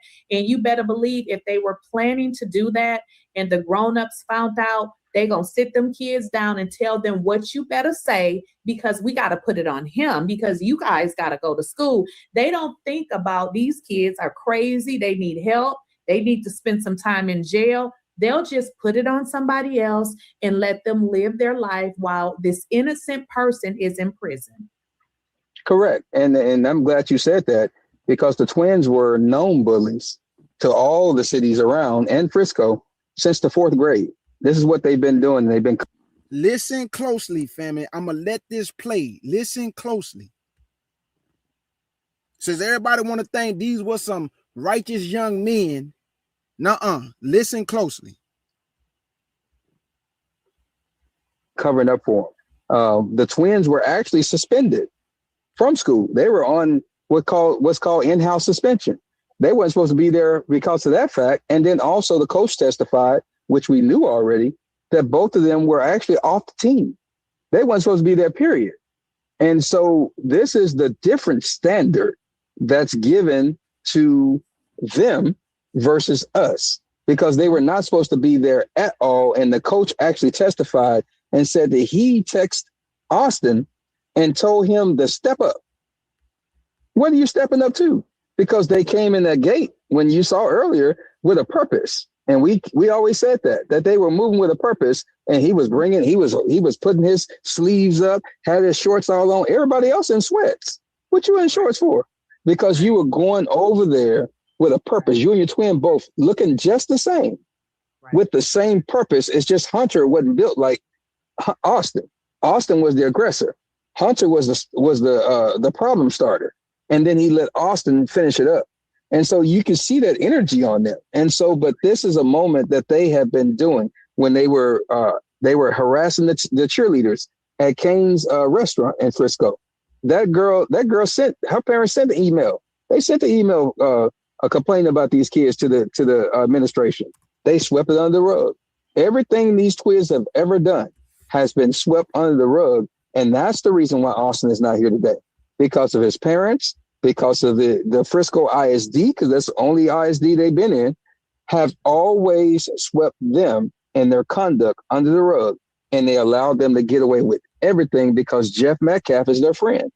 He's known to them. And so since he's known to them, they give him that courtesy where they did not give it to Karmelo. They didn't give it to a young man called his name is Tristan Weekly, where he was at the middle school and a lady went in there trying to abduct him. They had it on camera. His mama actually tried her best to work this thing out, and them people railroaded her around, changed the video, and railroaded us trying to get the information. So this is a Frisco problem, a Frisco ISD problem, a Frisco PD problem. When the detective was working on it, they reassigned him, and they told him that it's above his pay grade. So sit down somewhere. So this is a systematic moment that we're dealing with, because when they know they're protecting their own, because this person knew who that young man was. She called his name. This is his second day in middle school coming from 6th grade. It's his first day in 7th grade. Who knows him at the school already? And you know this young man's name. You call him, you drug him, and they found this young man miles away at somebody's doorstep that's on a Ring camera calling the popo because he's there. And the only thing they tell his mama is that what underwear he's wearing. And she's like, what? So this is a symptom, and this ties back into this case because they did the same thing to her, and people like myself that was trying to get information the same way they did it here, hiding it through Kim Paxton and all that. We just kind of outsmarted them on her part because she was listening, where the family didn't listen to what we were trying to tell them on this side. And so we're still trying to get justice both ways. but this is a moment to where it explains what they are allowing their people to do, because we know they know who this lady is because they told us they did without telling us. And the same thing here. They knew exactly what the twins had done. They knew all of this. Megan and Jeff knew it because they were already there. And Jeff tell you real quick, how you know? Were you there? And so it's like, well, Jeff, we know you were there because you keep speaking in first person. You don't speak as to what your sons and everybody told you. You keep telling us as a matter of fact that this happened, this happened. You saw your son, 5 people had to hold him back. How you know? You were. This is not always the case, but most of the time it is. If you want to see the reflection of children, look at the reflection of their parents. Not in all cases. These boys was the way they was because of their father. Just listen to their father. Now you understand what type of sons he raised. If you want to see the reflection of who these boys are, go listen to their father. Look what type of young men this man raised. He raised bullies. He raised boys, they thought the world revolves around them. So they going around bullying people. They even got a cheerleader who reported these boys. A cheerleader. These were just bullies, family. But listen to their daddy. Now you understand these sons.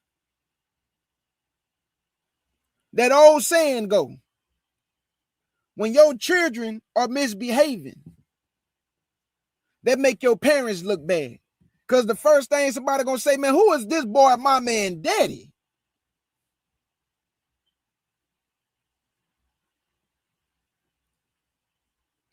Karmelo didn't do nothing to your son. Your son Hunter got his brother unalive. And that's where your focus need to be on, is on Hunter. He was jealous of Karmelo. And Austin, a bully, trying to ride with his brother, ran up on Karmelo, and one of your sons or one of the friends poked your son. I pray it all come out too.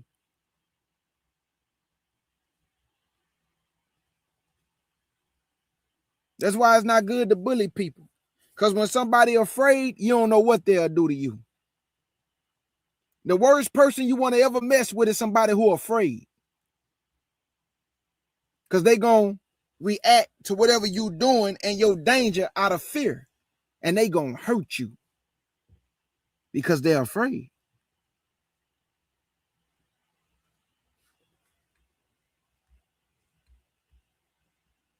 Wasn't there. And so we have to know that this was something that the fight was fixed from the beginning. Right. We knew that when they charged them with murder, when Austin was still living. We knew that. And so this is a moment to where we as a people have to understand this, and we have to work to protect ourselves. Don't mean we're not going to get locked up. Don't mean we're not going to have to deal with this thing from the moment like Karmelo. But when we have people that are trying to help, please, people, listen.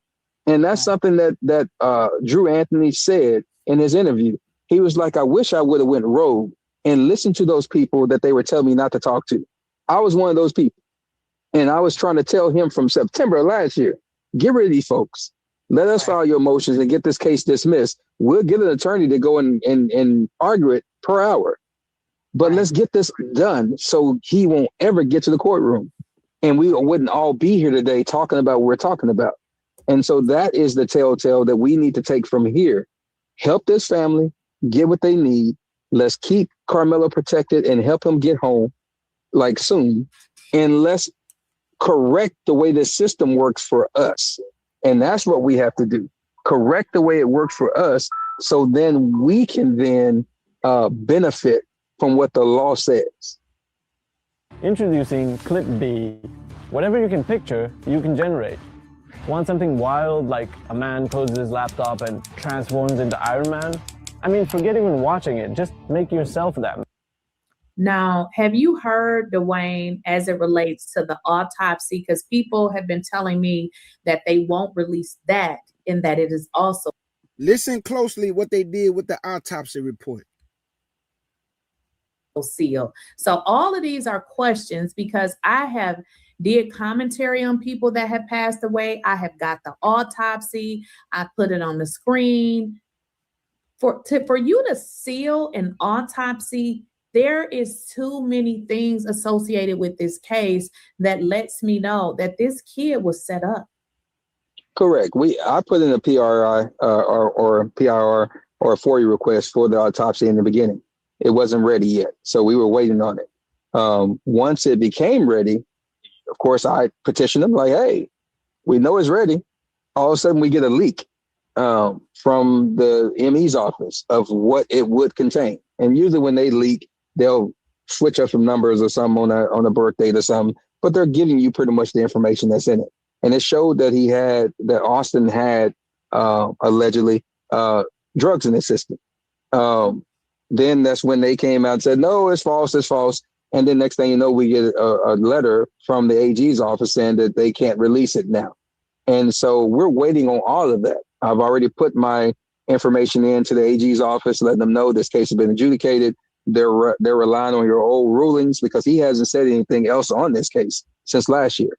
And so we're waiting for him to respond so he can get this release. I know that he knows because that's how we got this courtroom stuff done, because I don't think they wanted to release that either. And so, but they had to. And so we'll get it. But one thing I can say is that we have talked to students who know both parties and who were there. And they said that they saw with their own eyes Austin popping pills that morning. And I'm going to say allegedly, but I know I talked to those people. I know we talked to those people. We have that information. And so since that information is there, we know from several, not just that person, but several students in the community that says he is a known person taking that moment. And it fits based on what we know medically happened that day, because there's no way a poke like that from a tool like that would cause you to be up out of here within hours. And we know from their testimony in the court that he had turned purple. That's what they said. And they said they administered blood to him and he came back normal. So they stabilized him at the scene. They transported him to the furthest hospital. Family, this boy was still alive, y'all. Do y'all hear this? He was still alive, family. He died at the hospital. They said that boy was popping pills a day before that. But none of this was brought up in the evidence. In the courtroom, none of this. All the people changed their original testimony. Everybody did. This whole thing was set up from the beginning, family. You ain't gonna get no justice from this system, man, because it was a system made for them, not for you. It was made to oppress you and get them off. So when they do something to you, they go home. You do something to them, you go to jail. That's how they invoke that fear in us, so we don't fight back. But we fighting back this time, though. And people got to stop saying, I'm not my ancestors. No, you're not. Because they went through worse things than we ever can imagine. So I don't never say I'm not my ancestors. No, I'm not them, because I didn't go through the things they've been through. What they went through is the reason why we get to breathe a little bit, just a little bit. We get to breathe. They didn't get to breathe. They had no breath.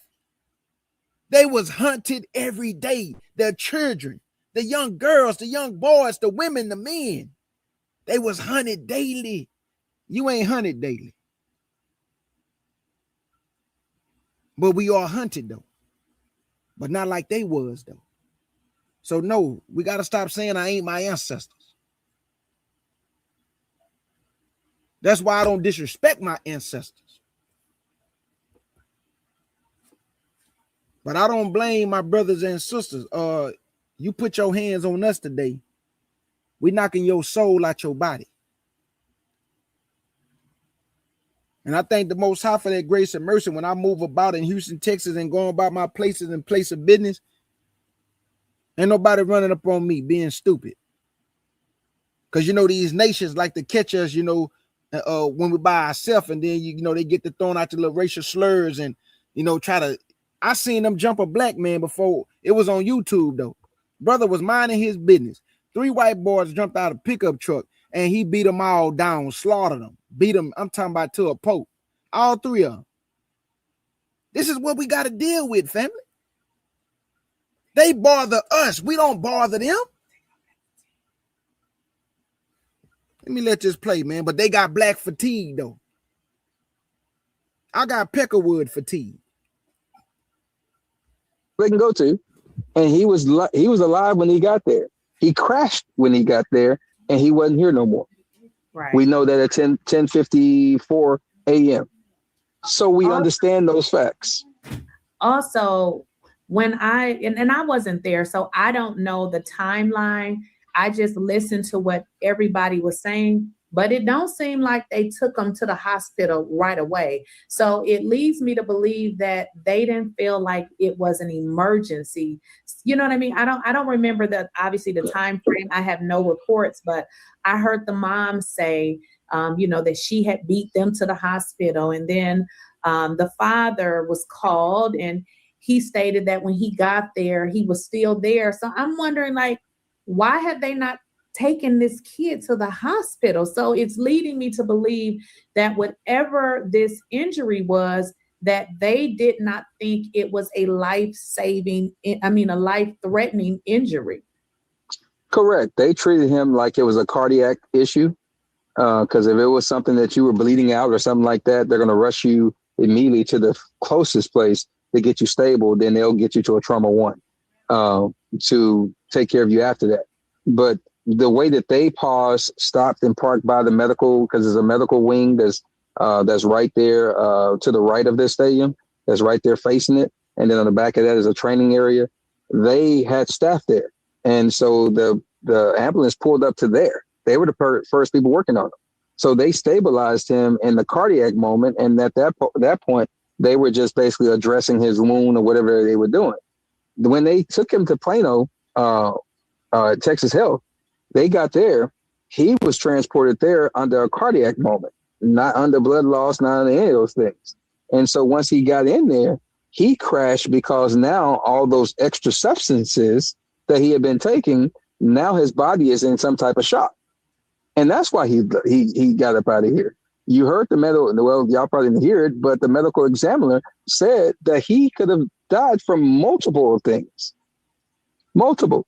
And so that fits that moment. And let's address Megan and Jeff. Jeff Metcalf was called to the stadium by the middle school coach, not the track coaches, but the middle school coach. And the middle school coach wouldn't have known what was going on because he has to actually teach a class. So he called Jeff to another incident that happened earlier that day or that morning that the twins were actually involved in. That's the reason why they were coming from the middle school. Megan also worked in Grapevine, Texas, at the pizzeria. She had been called there as well. So she was at the actual middle school area. She left there to go to work, and that's when Hunter said he called his phone and his mom picked up. These are all their statements. They talk too much. So I'm going to repeat what they say. And so Hunter said he called his phone, his mom picked up, and he told her about what happened to Austin. That's when she turned around and went to the hospital, and that's how she beat them to the hospital. And so these are facts that's already in record because they can't shut up and they talk themselves. So we're just going to tell the truth on them by their own words. And so they knew this situation was happening, and that's why you had them doing what they were doing, because these other kids didn't like Karmelo. They were jealous of Karmelo. They know because half of them were bullied by these twins. Now they became friends with the bullies that they had to deal with. And they all had a plan to get rid of Karmelo. And I think it has a lot to do with the young lady that was from Emerson High School. Because if everybody listen, you'll hear on the dispatch calls, it says that we're looking for the suspect from Emerson. Then it says we found the suspect from Emerson. And that's when the body cam footage picks up where that SRO officer is actually arresting Karmelo, patting him down, walking him on the fence line to get him. And he said, I have the suspect in custody. But on the dispatch, it's telling you that when they got there, because the medical people couldn't come because they have to find the suspect first. And that's why you see them walking past that officer, because they got the clear once he put him in custody. But they were looking for a kid from Emerson because these boys protected that young lady from them actually doing what they were trying to do to her, because she was the only one there from Emerson at the time. And so that's why they thought Karmelo was from Emerson, because it was already an incident that they don't want to talk about, that the twins were already involved in that morning. And that's why the mom and the dad was already on scene. That's why Jeff is telling you all these firsthand accounts that they have. And I'll say allegedly, just so we can keep it all kosher. But this is what this is. They were involved from the beginning. They started covering up because Jeff knew the police officers. He probably knew half of the EMS workers. He knew the staff. He knew all those people. Them people scared of that man because he probably sold most of them their house or know the people that did. It's a lot of stuff there, and they love doxing people. We have the photo from Jeff on his own Facebook page where he actually had a barbecue for most of the kids that actually witnessed this thing, and that's why they weren't testifying. And the ones that did all told the company line, except for Jose. When he got up there testifying, he told exactly what Karmelo's situation was. They took a recess, took that boy into the chambers, and when they came out, that boy was scared as don't know what, and he was sitting there not knowing what to say. This is what we dealt with in that courtroom. And so at the end of the day, the fight was already fixed, and we just need to call out what it is so we can get these people locked up and we can get Karmelo home. I don't remember, Dewayne, was it you? Somebody posted something on, I think it was Instagram, and it was a post that allegedly this was a post that Jeff Metcalf posted. And in there, he started talking about the witnesses that they had this barbecue. And I was like, is this real? For real? Like, this is witness. That's real. Intimidation. That's real. And I'll send you the picture. I'll send you the picture of his actual Facebook post, because he actually posted that day that they were having a barbecue and the kids are right there in the back and he's smiling and it's on his post. Yeah, he posted it. That's how arrogant and entitled they are. Exactly. When I saw that, I said, is this real? Because I couldn't believe what I was reading. And it was literally saying something about, the students, the witnesses. And I was like, huh?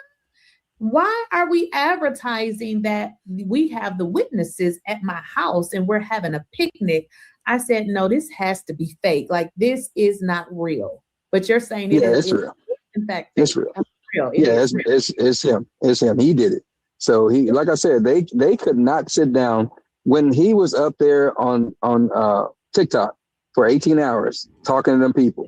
You had an attorney come in the live and actually told him to get down, and he stayed up anyway. And it ended because he called somebody the N-word and all that good old stuff. And then they stopped. He dropped. He went on somebody else's page for another few hours, and then they got off. But this is just how arrogant and how crazy these people are, because they have no chill button. They have no stop button. They just know to be who they are because they've been so entitled all their lives because of this lineage they have in Collin County and in the North Texas area and in the MAGA Republican Party. They just feel they're always going to be covered, just like his criminal history. That man violated somebody. They said no means no, and he went and did it anyway. But guess what? DA Willis and his people sealed it, so you can't see it. But Frisco PD actually said, yeah, we have the record. We just can't share it with you.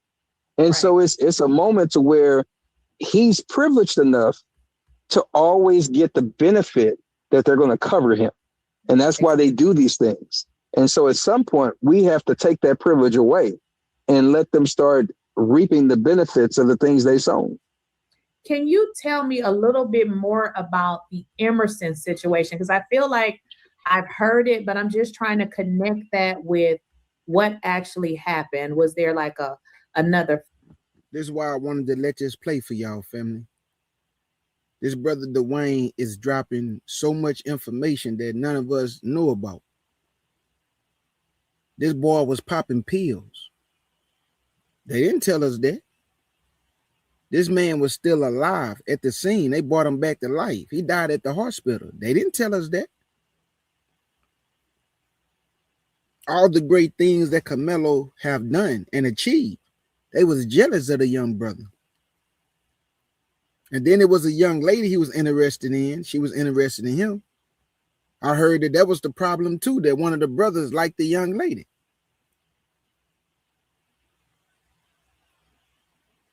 So basically, our young brother Karmelo was targeted from the beginning and used as a scapegoat for the behavior of this man's sons, because he couldn't control his sons. Didn't one of your boys have to break your arm because you were beating on their mama, allegedly? All this stuff coming out. The daddy is a reflection of his boys, or they're a reflection of him. If you listen to his interviews, you could tell a man ain't nothing but a racist. That's it.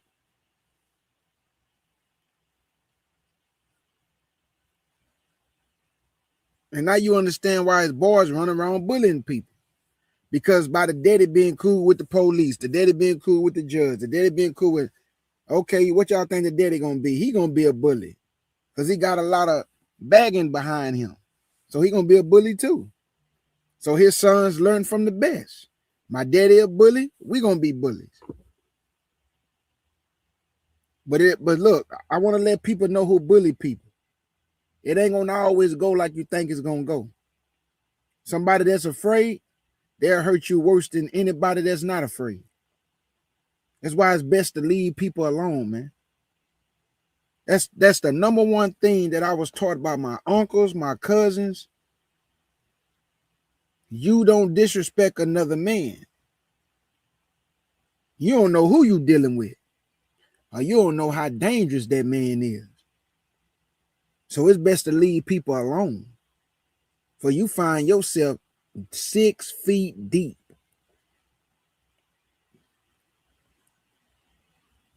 You don't disrespect no man, bro. And these boys running around disrespecting people, bullying people, getting kicked out of school, popping pills, smoking dope. That boy ain't died from no stale wound. That boy died from an overdose. That's why they seal that autopsy report. They don't want to release it because it's going to tell the truth how this boy died. Boy ain't died from no stale wound, family. That boy died from popping them pills. And then it's allegedly that he was on steroids. Well, you can't put steroids and dope together. Why you going to bust your heart?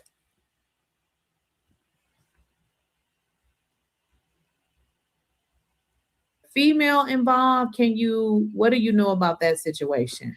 From what I know, and I'll say allegedly, because I don't want to put nobody out there. So from what I know is that the young lady was there for the track meet to represent her school, and they had been bullying people all morning. So she was an underclassman, and just like most of those kids, they were bullying, and they've been messing with people all morning while they were setting up canopies. That's what Hunter and Austin was doing. And they got to her, and other students stepped up. And so at this point, that's why you probably heard of people saying that they call Karmelo the N-word and other people the N-word, because that's what they were, because they were defending leaving this young lady alone. She was the only one there from her school. There was nobody else from Emerson, just her. And so that is, I think, what actually set the catalyst that now this goody two-shoes, Karmelo, needs to go. And because they didn't like him, because he was protecting the Special Olympic kids, the special needs kids. That's where people started talking about the incident from the year before. He was standing up for a special needs kid because he was being bullied. And Karmelo stood up to those people. He volunteered for the Special Olympics. When they came to Little Elm Lobo Stadium, I used to see him there through YouTube, because they streamed it live, and you would see him on that field helping and volunteering. And so this is the moment that they did not like. They were in a gated community. They felt that his family was well-to-do, all these different things. And he was always smiling and laughing, and everybody liked him. So at some point, it just becomes a jealousy moment. He had this beautiful girlfriend that how did he get her? All this kind of moment. And I think that when these boys went to that middle school, and I'm going to say allegedly, and their parents were there, and all of them was over there, and when they got back and they heard, because one of them kids text them either on Snapchat or on their phone and said he's up under the canopy because EP is the one that invited him. That's when they got the message to come. And that's how Hunter left his phone in his mama's car. Already. That's why he said, I called my phone and my mama answered. That's what he said. And so at the end of the day, they knew. And I think they were like, go get him. Right. That's what I'm going to say. They were like, go get him. And that's why they walk with such an urgency to come over there. And they came right over there to get Karmelo. They didn't tell no other kid that was under that canopy that did not go to Memorial to move. Only Karmelo. Right. And you know what? Because I remember when I was young and we used to do stuff that we had no business. That's how we was walking.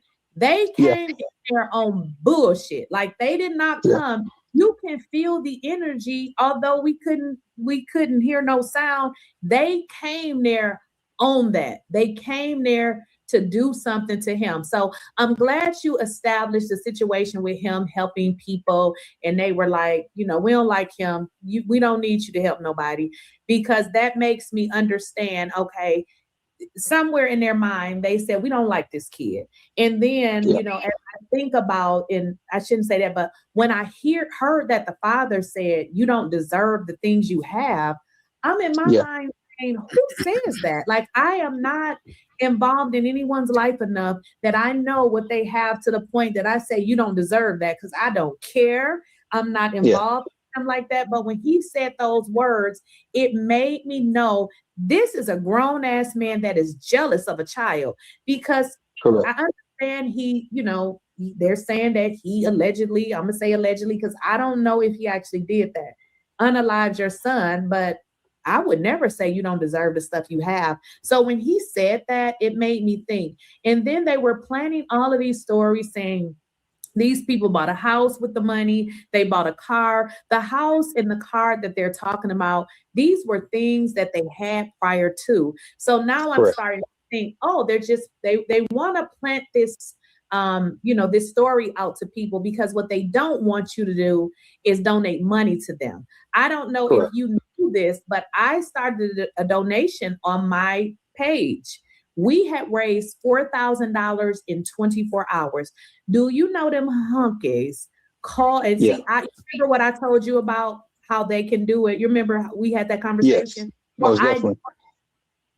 I own the website. Okay, it was my website. I had my payment portal. Do you know these folks call the company?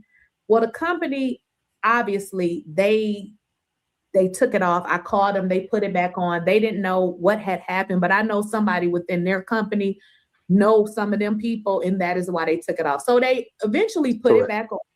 But then what they had done, they had contacted my first payment processor. I don't know what they told those people. All I know is I was just like, okay, I'm just going to switch to somebody else. I don't have time to be, jumping through hoops. They ended up contacting my second payment processors, which I'm going to tell y'all is GoDaddy.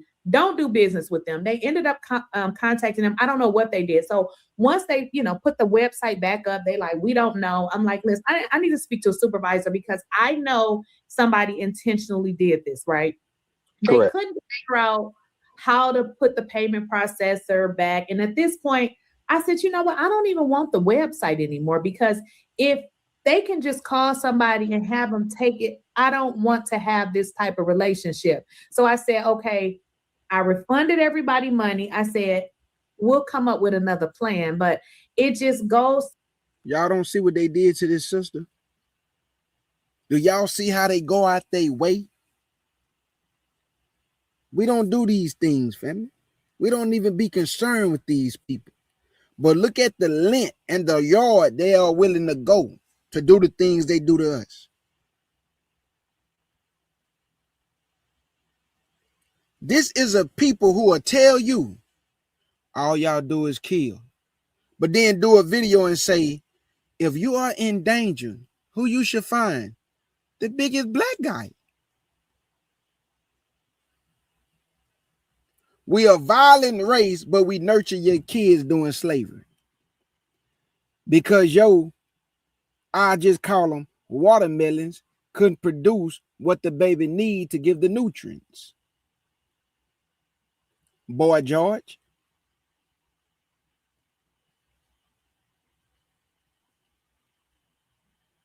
They love to use black on black crime. And I didn't see videos of y'all beating each other down over a football game, basketball game, soccer game, hockey game. It don't matter. When your team lose, y'all tear the whole city up. But we the problem.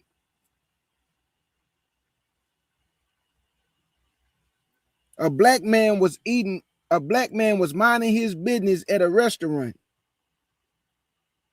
And about 4 white men sitting at the table said, "You chimping out." And the black man heard it and turned around. And the white guy, if y'all would have saw the way these white people love to make excuses for their actions.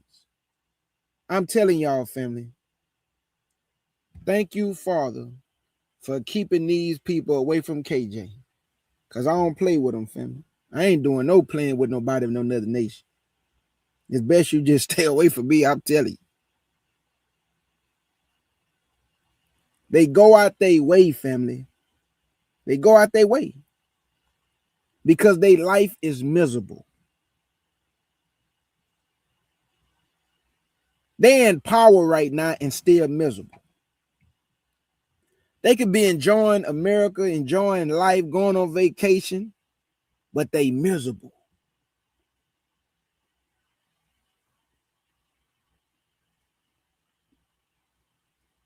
We can live without them. We've been doing it all this time. We don't need nobody around us to feel good about ourselves, to be happy, to have us a good time. We can't even have an all-out barbecue where it's just number Negroes. You know what they say? That's reverse racism. That's wrong. They just won't let us mind our business because they always in our business. Why we can't come to the cookout? Because we just wanted to be all Negroes, just number melanated people. That's not right. That's wrong.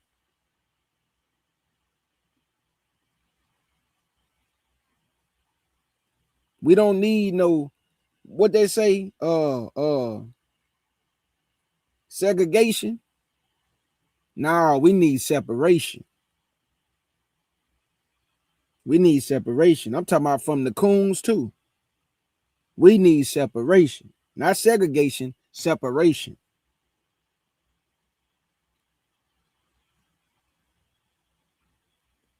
We fare well, family, when we just do our own thing. We ain't looking for trouble. Trouble find us. They harass us. They look to kill us. We really are people who mind our business. We out here working, trying to make a life for ourselves. We don't got time to do the things they doing because we too busy working and provide. We too busy keeping our head above water. And they still go out their way, man, to mess with my people on a daily basis. A white woman told her brother, "Hey, he stole my cell phone." This white woman is so stupid. She was on the cell phone that she said he stole. She was talking on it, saying he stole my cell phone, but the cell phone was in her hand, family. Do y'all hear me?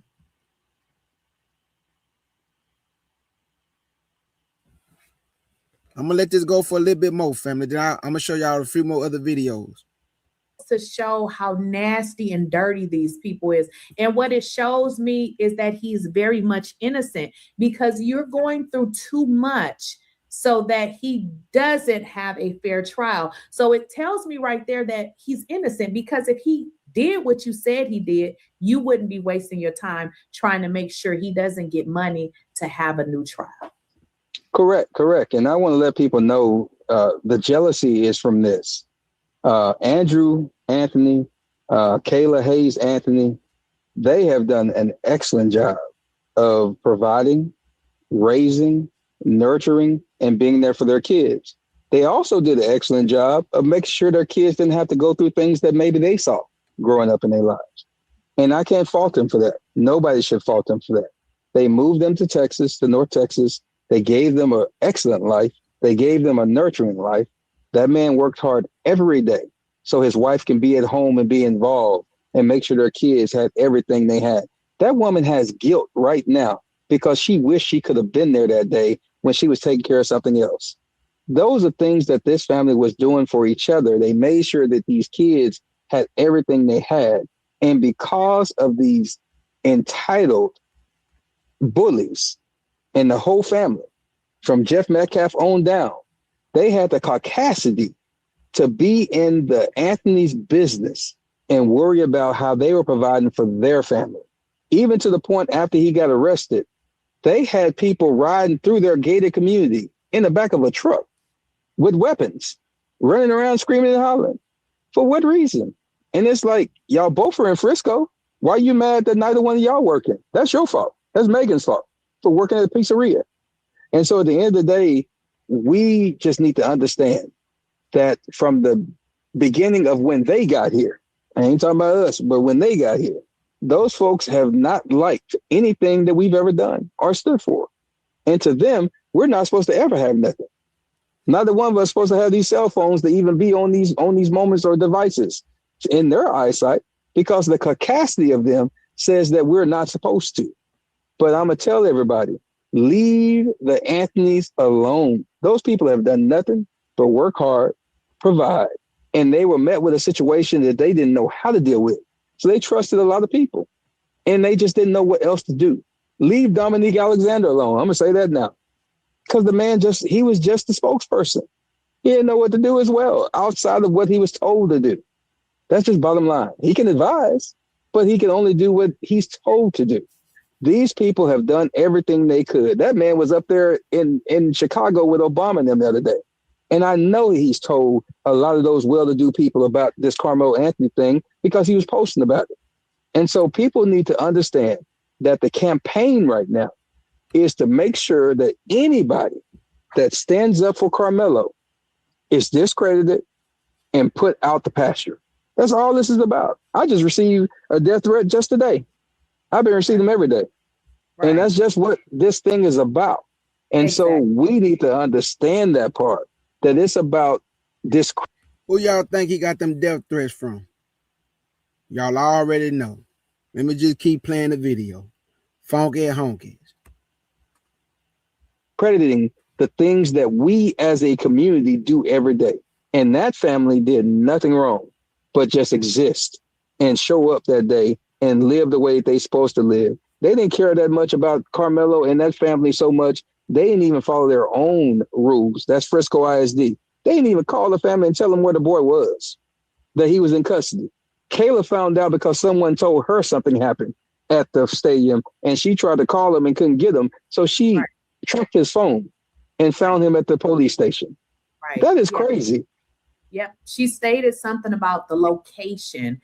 Correct. But you're right. They didn't tell her. And so my sole purpose for really helping them is because that's what I saw in them. Like, I don't know. People be like, can you tell them this? And I'd be like, I don't know them. Like, people find it strange that I don't know them. I don't know them. I have never met them. When I see them, I see two people that stated that they moved their family away because they wanted to give them a better life. You have a, married husband and wife, and I just, as a mother, I can just understand how she's feeling to move her family to this place and have her son to be in prison. And I don't feel like I agree with Elder Barrel Watt.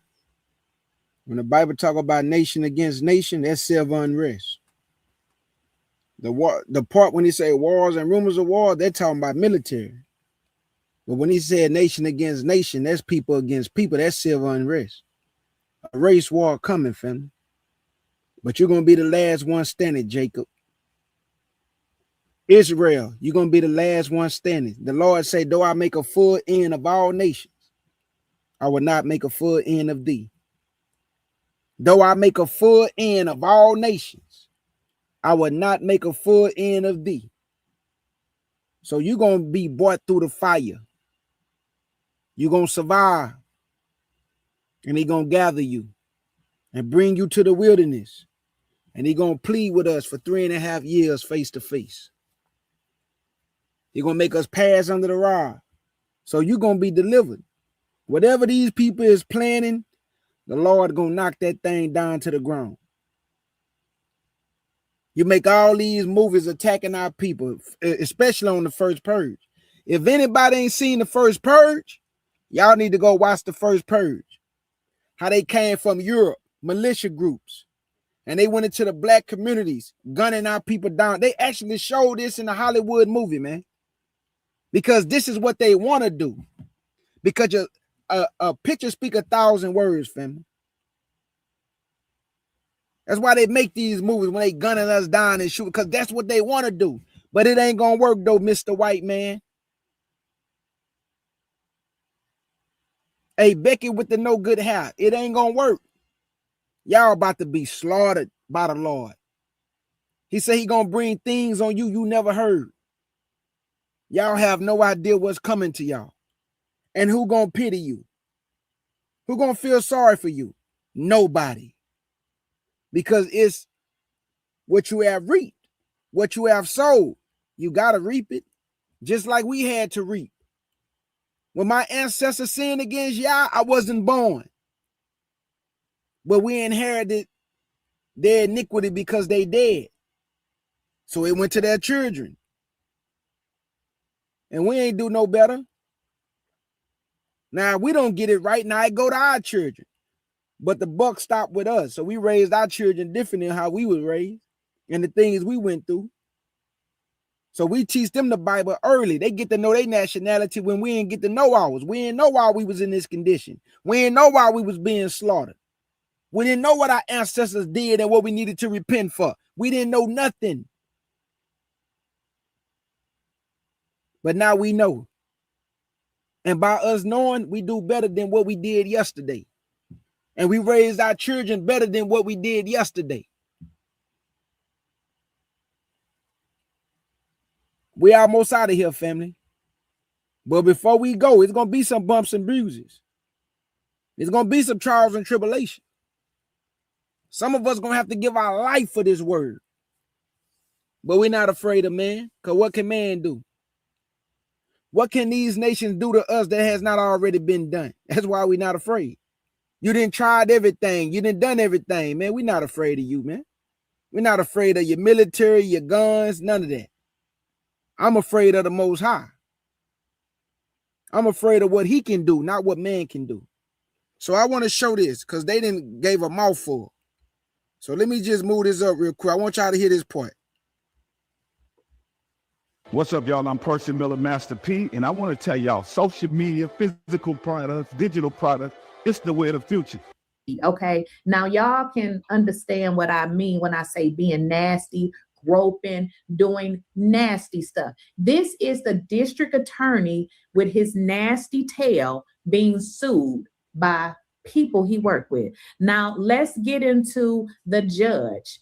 The judge, Judge Roach, he's crooked as well. He had gotten in trouble. I think, I don't remember the correct verbiage for it, but he received some kind of reprimand for using the court to sell books. So he had some book, I guess, that he had produced with his wife, and people had complained about him because he had used the court basically to make money for himself. So Judge Roach is a crook as well. Now it gets even deeper because his father, okay, Judge Roach's father, who used to be a district attorney before, had gotten sued and got in some legal trouble as well. Because what I want you guys to do, if you have time, go look up Suzanne Wooten. Suzanne Wooten was a judge. She had won her seat as a judge. They came after Suzanne. They trumped up charges against her, gave her 10 years. I think it was like 10 years probation of something like that,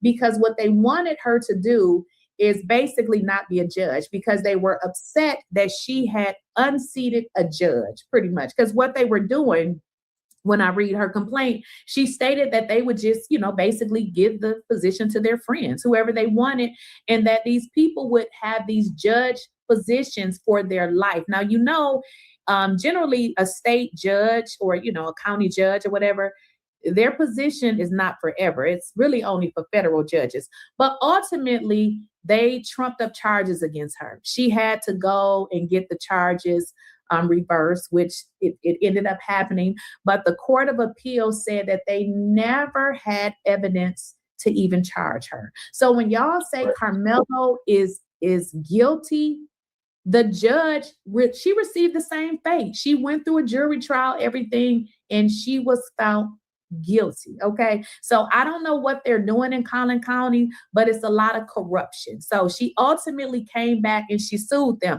She was trying to go after them individually, but Judge Roach, and I think it was Governor Abbott, who was actually then a attorney general, they actually stated, okay, she can't sue us, by ourselves, because we were acting in the capacity of our job. So they're very much corrupt. I just wanted to re-emphasize that so that people know what we were talking about. But yes, they are most definitely corrupt. All this wickedness. Yeah, and they've done this many a times before. That's why it was a well-oiled machine to railroad Karmelo.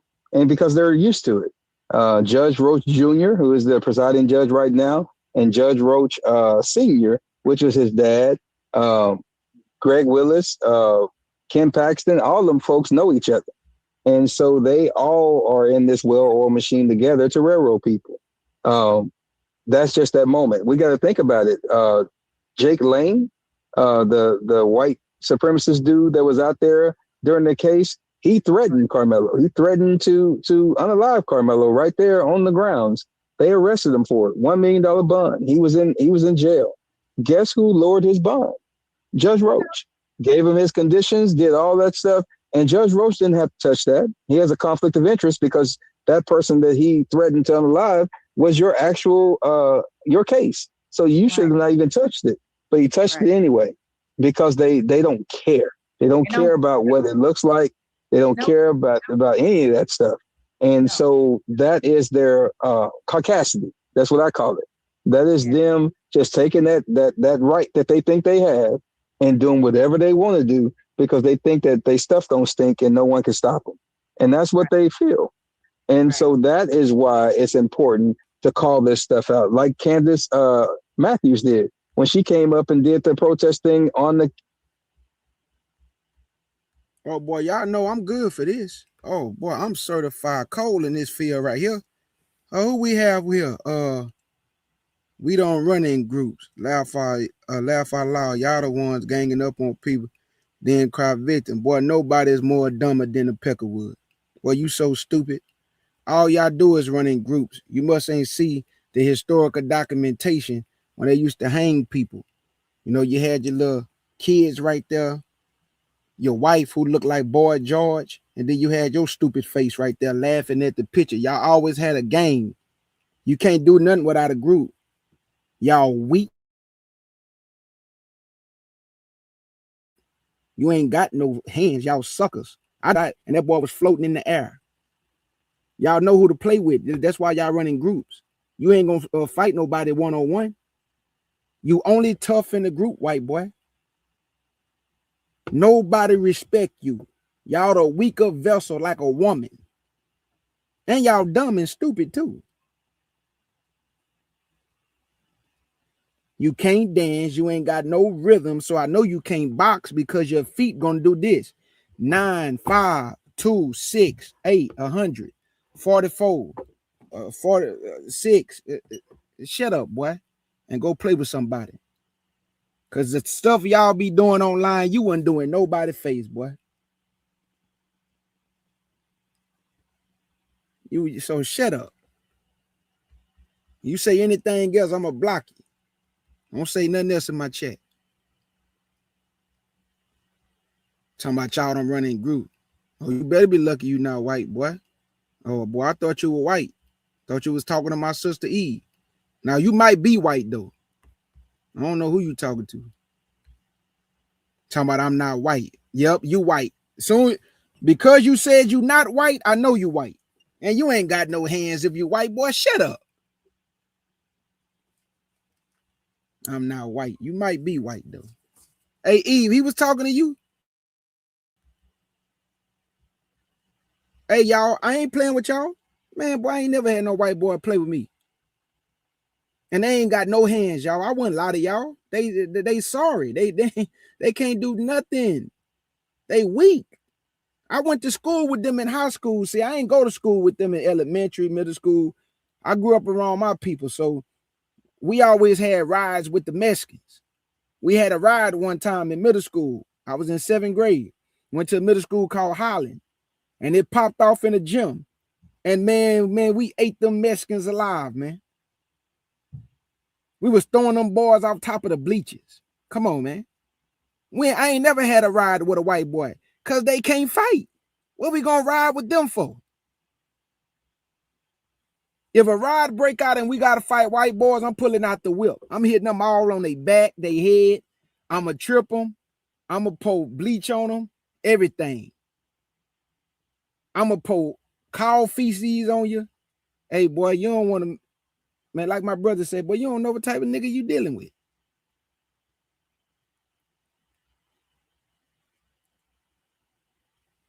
And then after I do all that to you, we gonna sick the pigs on you, the hogs, let him just eat on you. So shut up, Peckerwood. You ain't gonna do nothing. Shut up. You ain't got no hand. None of y'all got no hands, boy. We slaughtered y'all in high school. And look, like I said before, in high school, they were so scary, y'all, and weak. Boy, they used to be on good behavior, running around all them big old Negroes in high school, all them street cats. You know what I'm saying? Hey, boy, they be petrified on the black men. I'm telling y'all what I saw in high school. I ain't never seen a white boy act tough, y'all. Only on the internet. They not like that. I'm telling y'all the truth. They only tough on the internet. Catch them in real life. Boy, they is petrified. So they know who to play with, family. Let me show y'all this, though. Because brother and them, they drop jewels. I want to show y'all this before I get up out of here. We always got white people coming in here, minding our, man, get out of our business, bro. Let me show my beloved family this. Now, I want y'all to listen to this sister. She going to play a 911 call. Man, let me get this dude off the screen for the lights jump out on the computer. African-American female hanging from a tree on Juneteenth. That's not the one. I'm going to play that later. Hold on. One of our sisters was hung on the tree. Listen to this. Was invited underneath the tent by Eddie Parra. Karmelo goes underneath the tent after he was invited. At first, Eddie said that Karmelo Anthony just approached him, and then later admitted that he actually invited him. So those are two contradictions in his story, where at first he said that Karmelo Anthony just came up into the tent and approached him. That turned out to be a lie. Second thing I want to mention, in the video, you clearly see from Austin and Hunter walking with their friends. They go directly up to Karmelo Anthony. So how would they have known that he was even sitting there? Because from when they walk in, you couldn't have seen him sitting underneath the tent based on how far they were away. You couldn't have seen that. So how did they know that he was underneath the tent at that moment in time, after Eddie had invited him underneath the tent? Okay? When the altercation starts to happen, they was under the tent for a few minutes before there was any physical contact. For Eddie to pull out his phone and record versus saying, hey, no, this is my friend, I invited him underneath the tent. Eddie never says that he invited him underneath the tent. Instead, he pulls his phone out and record. After Karmelo Anthony does what he does, and he takes off running, right? After he was detained, I believe he was detained by a police officer.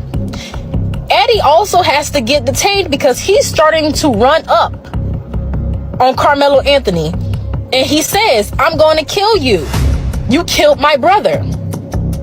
A coach testified this in court, that he had to stop Eddie from running up on Karmelo Anthony. Mind you, this is the same person that invited him underneath the tent. This is the same person that instead of saying, hey, I invited him underneath the tent, like, leave him alone, he can sit here, This is the same person. Instead of saying that, he pulled his phone out and record. Now, Eddie is supposed to be Carmelo Anthony's girlfriend, play cousin. So the real question in this situation is two things. How did the twins know that Carmelo Anthony was underneath the tent? Because based on where they were, they walked directly up to him. How did y'all even see him underneath the tent? Because you were too far away to even see him. They walked directly up to him. They never sat down. The story about 15 people. Watch the 911 call, family. Watch this. People telling him to leave and it being this big issue was a lie. The story that Hunter gave saying they sat down and they heard someone talking reckless and they looked over and seen that someone wasn't supposed to be there, that was a lie. So how did y'all really know that he was underneath the tent? Briscoe 911, what is the location of the emergency? Hi, we're at Taekwondo Stadium. My friend just got stabbed. Okay, do you know who stabbed him? We have no clue. He was sitting in our tent, but you need to send an ambulance right now. We have no clue. She said, you know who stabbed him? We have no clue. Hey, do you know who stabbed him? We have no clue. I thought Karmelo stabbed him.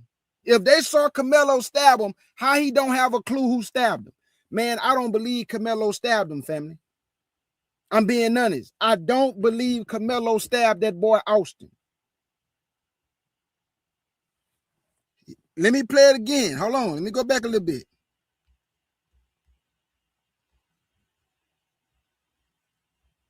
Got stabbed. Okay, do you know who stabbed him? We have no clue. He was sitting. It was a lie. So how did y'all really know that he was underneath the tent? Briscoe 911, what is the location of the emergency? Hi, we're at Taekwondo Stadium. My friend just got stabbed. Okay, do you know who stabbed him? We have no clue. He was sitting in our tent, but you need to send an ambulance right now. They're on the way, okay. That's the first question. The second question is, why, Eddie? Why? Because if y'all put two and two together, this entire thing was set up by Eddie. But the real question is, why? Can y'all figure out why? There y'all go. That boy Eddie is Judas. Eddie is Judas. And I'm about to say something, and I'm bold enough to say it. Y'all got to stop teaching y'all children that they live in a world where just love all people. You got to teach your children the reality in the world in which they live in. You got to teach your children to move with the times. It's not the 80s and the 90s. They got to teach your babies to move with the times. Everybody not their friend. A lady asked my wife, we having a party? I said, nope. You don't even need to finish. My daughter don't go to nobody's house.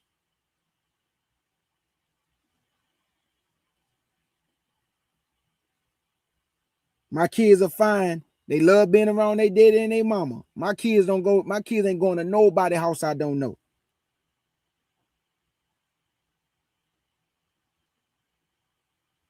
The answer is no.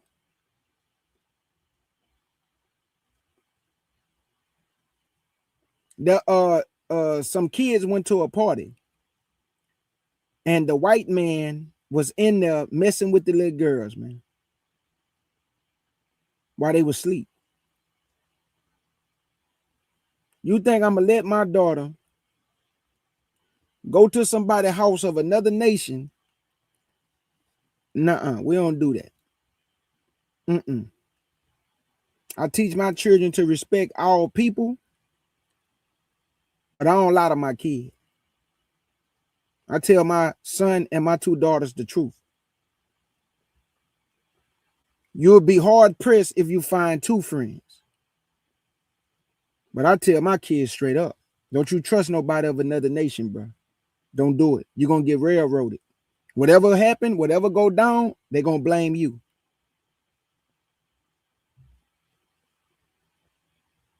And I don't even teach my children to trust all black people. Some of them ain't nothing but coons. They just as worse.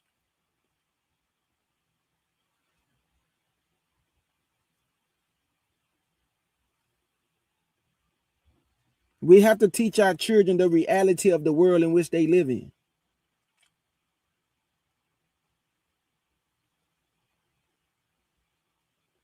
Don't lie to your babies. Don't lie to your children, man.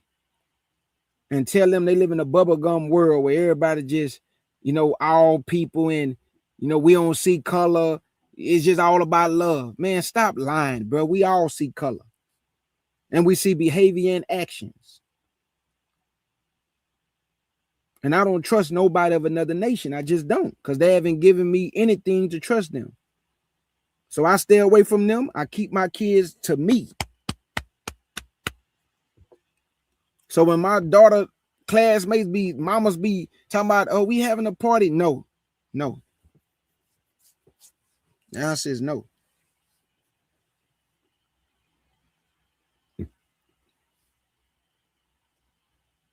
So we got to stop lying to our babies. Stop lying to your kids, man.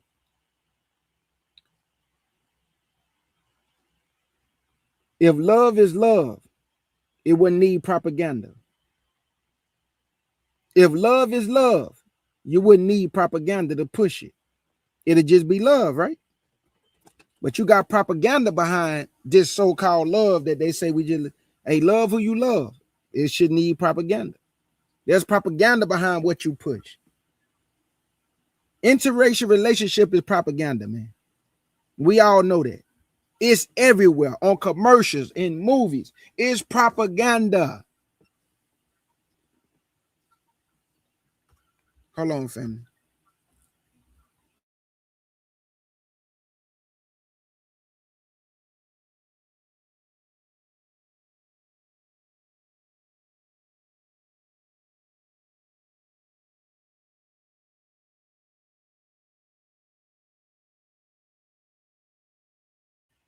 Now I want to show y'all our beloved sister, 27 years old. Look at what happened to this sister, man. This young woman that you see here is 27-year-old Tania Nicole Miller. She's from Michigan, and she was found on Juneteenth at the Gwen Cherry Park hanging from a tree. Now that is in the Gladeview, Florida area, if you are not familiar with it. Ask me how much news coverage has been done on this. Zero. Not a single news station picked this story up. I found out about this on Facebook, and the family is asking for answers. They have tagged multiple news stations in the post that I've seen on Facebook, and I haven't seen anybody post anything yet. They have questions and they deserve answers. There is also footage circulating showing her hanging from this tree. Out of respect for the family, I will not be showing that here on my page. You are free to go over to Facebook and look at that video, but I cannot post that over here. Just out of respect for the family. If you guys heard about this, let me know in the comments. If you're from the area, let me know in the comments. Do not forget to like, follow, and share for more. And thank you for watching. This got no news media coverage. Y'all heard y'all brother. Her story got no news media coverage. So I got 2 more videos to show y'all, then I'm gone. Check this out. Look at what they did to this little baby, 7 years old. This precious little baby, man. Look at what they did to this child, man. Sad, boy. I'm telling you. This baby's 7 years old, man. My daughter is 9 years old. And this is why I keep my kids close to me. My partner Jay said, man, I finally see why you protect your kids the way you do, bro.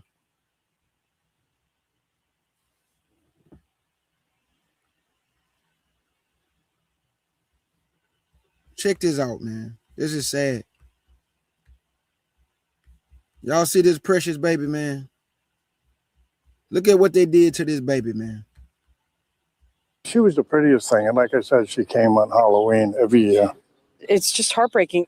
Neighbors here on Oak Street in Bayport cannot believe what investigators say allegedly happened to this beautiful little girl behind the closed doors of this house. Prosecutors say these women, 3 generations from the same family, are now facing charges. Y'all see this?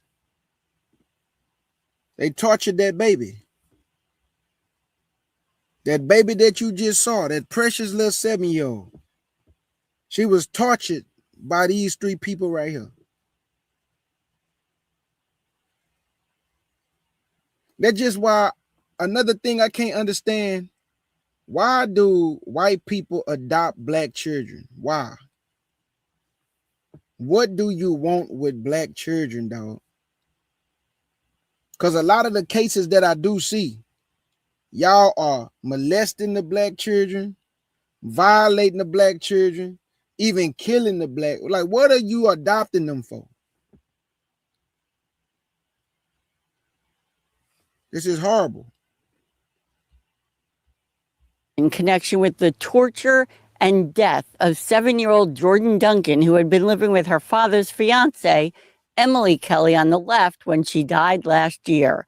In court, prosecutors said the little girl had more than 90 wounds on her body. Suffolk DA Ray Tierney telling Newsday, she was an extraordinary child. She certainly deserved better. A lot of the evidence in this case comes from text messages that were sent, from videos that were found when prosecutors, investigators obtained a search warrant to look at the phones of the defendants. It's sadistic. It's awful, horrible. And I worked in a mental institution for 31 and a half years. And when I heard that, and I've heard a lot and seen a lot, but when I heard that, Kelly was indicted on second-degree murder, unlawful imprisonment, reckless endangerment, and other charges. Her 75-year-old mother and 24-year-old daughter were also indicted. The evidence will show that this was a tragic accident, the result of no depraved indifference or malicious intent whatsoever. Prosecutors said, "Shut up, you dummy. You so stupid. The baby is gone. They tortured the baby. Just because you trying to win a case. Well, y'all even defend people when you know they guilty. Just to win a case. Just to get wins under your belt. You sound so stupid." Child Protective Services placed the girl with Kelly in 2024. When asked about the case and the CPS's involvement, a Suffolk County spokesman said, no comment. Neighbors here on the block tell us they had no idea what was allegedly going on inside the little girl's home, and they are devastated about it. If there was anything we could have done, we were absolutely. In Bayport, I'm Shari Einhorn, Newsday TV. There y'all go. All right, guys, listen up. You want to look like $1 million without... Horrified, man. Sad. Sad, man. I'm telling y'all, family, Jacob's trouble is coming, family. You know, it's coming. We just got to be prepared. That's the best thing we can do, man. Be prepared. You know, this dude going to talk about it's an accident. You know, I done showed y'all so many cases, so many stories. I showed y'all the young brother who was shot in the back of the head by the two teen white boys.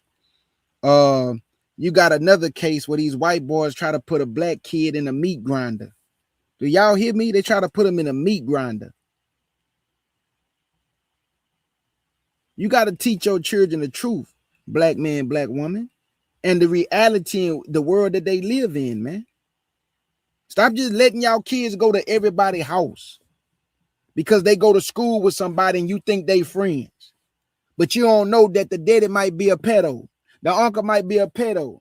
They're over there with your kids. Like, come on, man, what are y'all doing? Stop giving your children so much freedom when you just let them go to everybody's house. Do you know these people? Have you proved them? How you examine them? Who do you know where your children going? Where they go to school together? What do that mean? So? We got to teach our children the truth. They don't live in the world where you can lie and tell them love is love. We just all love each other. No, we don't, man. They out to hurt our babies, hurt the men and women. hurt our elderly, because this Jacob's trouble is coming. And they're not going to regard, they have never regarded the old and the young, the men and the women. You think they're going to start now? They are hunting our footsteps as they has done before. They will do it again. Trump is setting the stage. He didn't already put it in the Caucasian people's mind. Be bold with your racism. Speak it. Let it be known how you feel. So now they being bold with it. But Trump getting these people knocked out, slid, put to sleep, drooling. Now, for the righteous Gentiles, big salute to you, because I always got to make a separation. Always. Just not for every Gentile. Because every Gentile is not in the KKK. I'm talking about the Gentiles who have cleaved to the Most High, who have faith in Christ. I ain't talking to you. I'm talking to the KKK. I'm talking to the white nationalists. I'm talking to militia groups who in the woods every day training, waiting for a race war. And they gonna lose. But for the Gentiles who didn't cleave to the Lord, teach your children the truth, man. That's what you can do for your babies. Separate yourself like we have to from this unfortunate generation, America, and teach your baby the ways of Yah. Because I hear a lot of Israelites, they say that, Gentiles, they can't cleave to the truth. That's not true. I would rather tell the truth and you hate me than lie to please you and then God cast me in the fire. We ain't playing that game.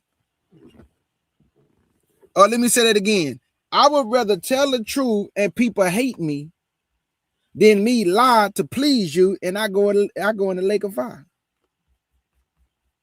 The Gentiles who cleave to the Lord and obey him, he going to accept them.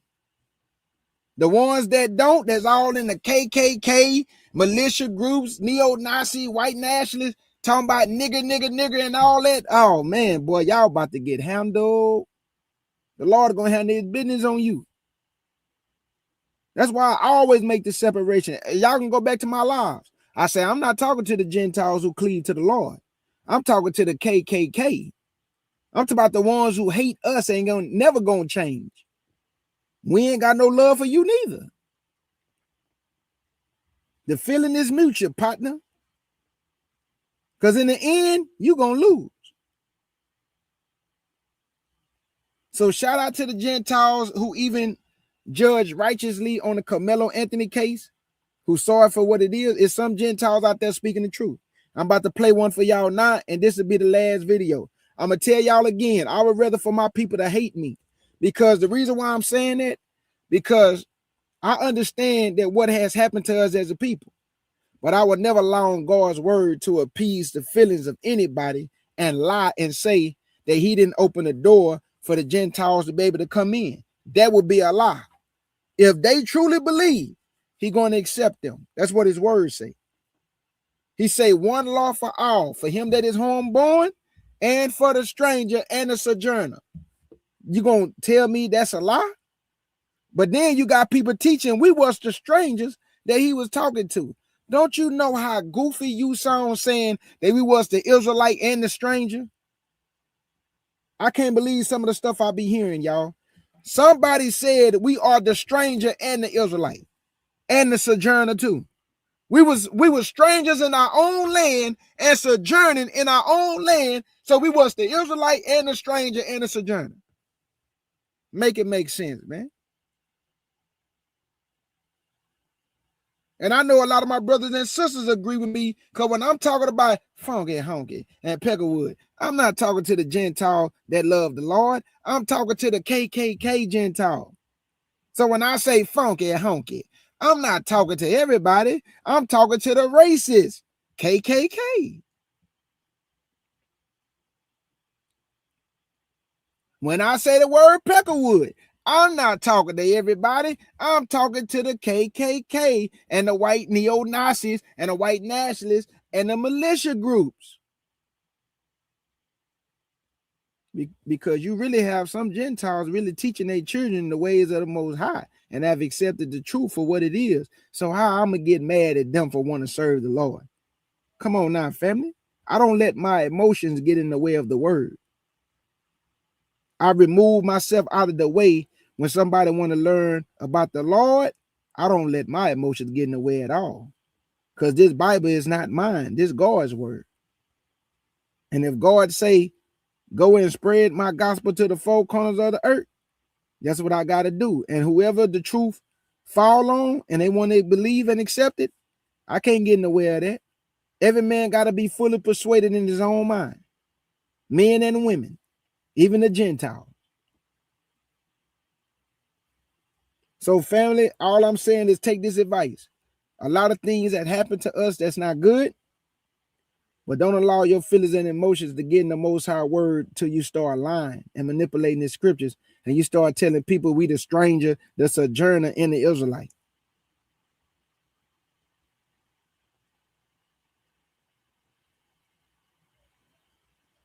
And I just said that before. If you respect me, I respect you. That's just how it is, family. You respect me, I respect you. You get out of line, I knock your soul out your body. And I'm not just talking.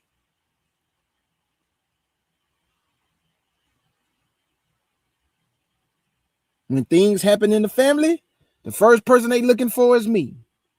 Saying, oh God, please, oh, calm down. We had the whole house crying one time for what me and my uncle was about to do. But they stopped us because everybody was crying and hooping and hollering.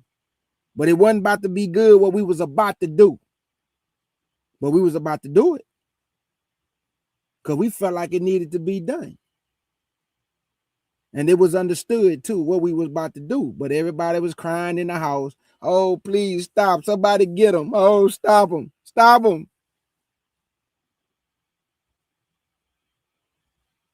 That don't mean that, you know, we trying to be hard or none of that. But some people, man, you better know who you dealing with before you deal with them. That's what I was taught. You don't know that man, boy, you better stop playing with another man. You don't know what that man will do to you. You don't know what he capable of. So that's why I respect men. And I pray men respect me. Because it can go bad either way. So it's good we respect each other. So it don't go bad. So for all my brothers, man, who battling mental health issues, I love y'all with a pure heart, my brothers. I know you got a lot on your plate. To all my sisters battling mental health issues, I love y'all too. I know you got a lot on your plate. But we got to come back to y'all and we got to repent. And we got to do it sincerely. And we got to turn from the sin. Not repent and continue in sin. We have to come back to Yah. We have to cry out to our Father in faith in the King. That's the only way we're going to get up out of here, family. We have to cry out. You are covenant people. And by being in an agreement and a covenant with Yah, we have to cry out.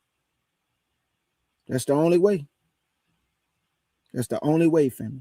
So let me play this last video and then I'm gone.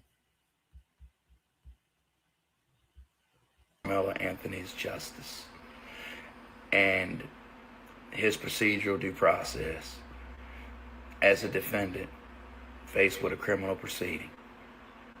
Now, I'm speaking in legal jargon here, so understand I'm not saying he should have ever been a criminal defendant.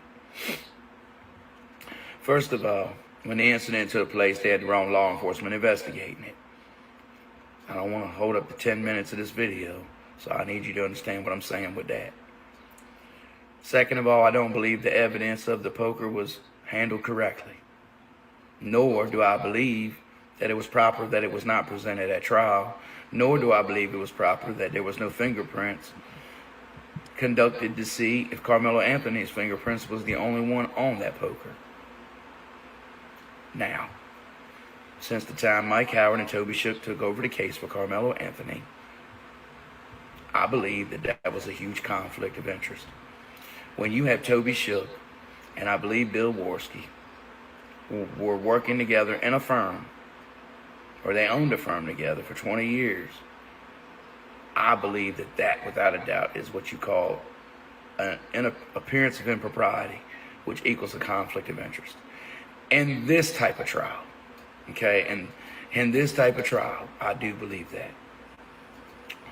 When you have it very, very high probability that the judge was friends and associated with Jeff Metcalf, I believe that without a doubt is appearance of impropriety and a conflict of interest. If the judge's wife had graduated high school with Jeff Metcalf, that is without a doubt also an equality of conflict of interest. What about if judge's wife handled Jeff Metcalf's divorce, where she's an attorney? That is a huge conflict of interest.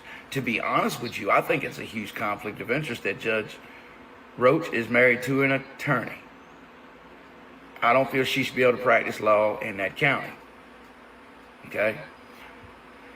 When you have an individual that's going boom, boom, boom, boom, boom, boom, boom with the drum of the beat, which the testimony of Jose, it sounds like he 100% is lining up with the video that so many people claim the details that they said they seen at the ISD school district. When you have a judge that objects to the defense attorney, after the defense attorney has already cross-examined the medical examiner, and it presents a question of any kind to a medical examiner, and if a medical examiner's response is, I can't rule that out, the defense attorney is allowed to put it in closing arguments to the jury, which I believe would have been the reasonable doubt created by the jury. I do believe that. Why did the judge object to that? How about the fact that I do believe the judge and them have got a problem when it comes to the Batson challenge under Supreme Court case law, the United States Supreme Court, the Batson challenge. As I read that earlier, I find that Judge Roach himself violated the Batson challenge of the Supreme Court when he removed 3 educators but kept 1 YT educator on the jury. I also believe it's a huge issue for a jury to be able to determine one's fate in 3 hours when it takes 1 hour and 45 minutes to go over jury instructions. I also believe that being there were foreigners in the jury, that it would take longer for them to comprehend and understand the language. Okay? I believe that. I also believe that the judge pressured the jury by saying what he said to them about if they don't reach a verdict today, I'm going to put you in the hotel and you're not going to have this, you're not going to have that, and blah, blah, blah, blah. I believe it's possible that the clerk of court interfered with the jury. Y'all not hear this, man? I just wanted y'all to hear how everybody is saying the same thing, family.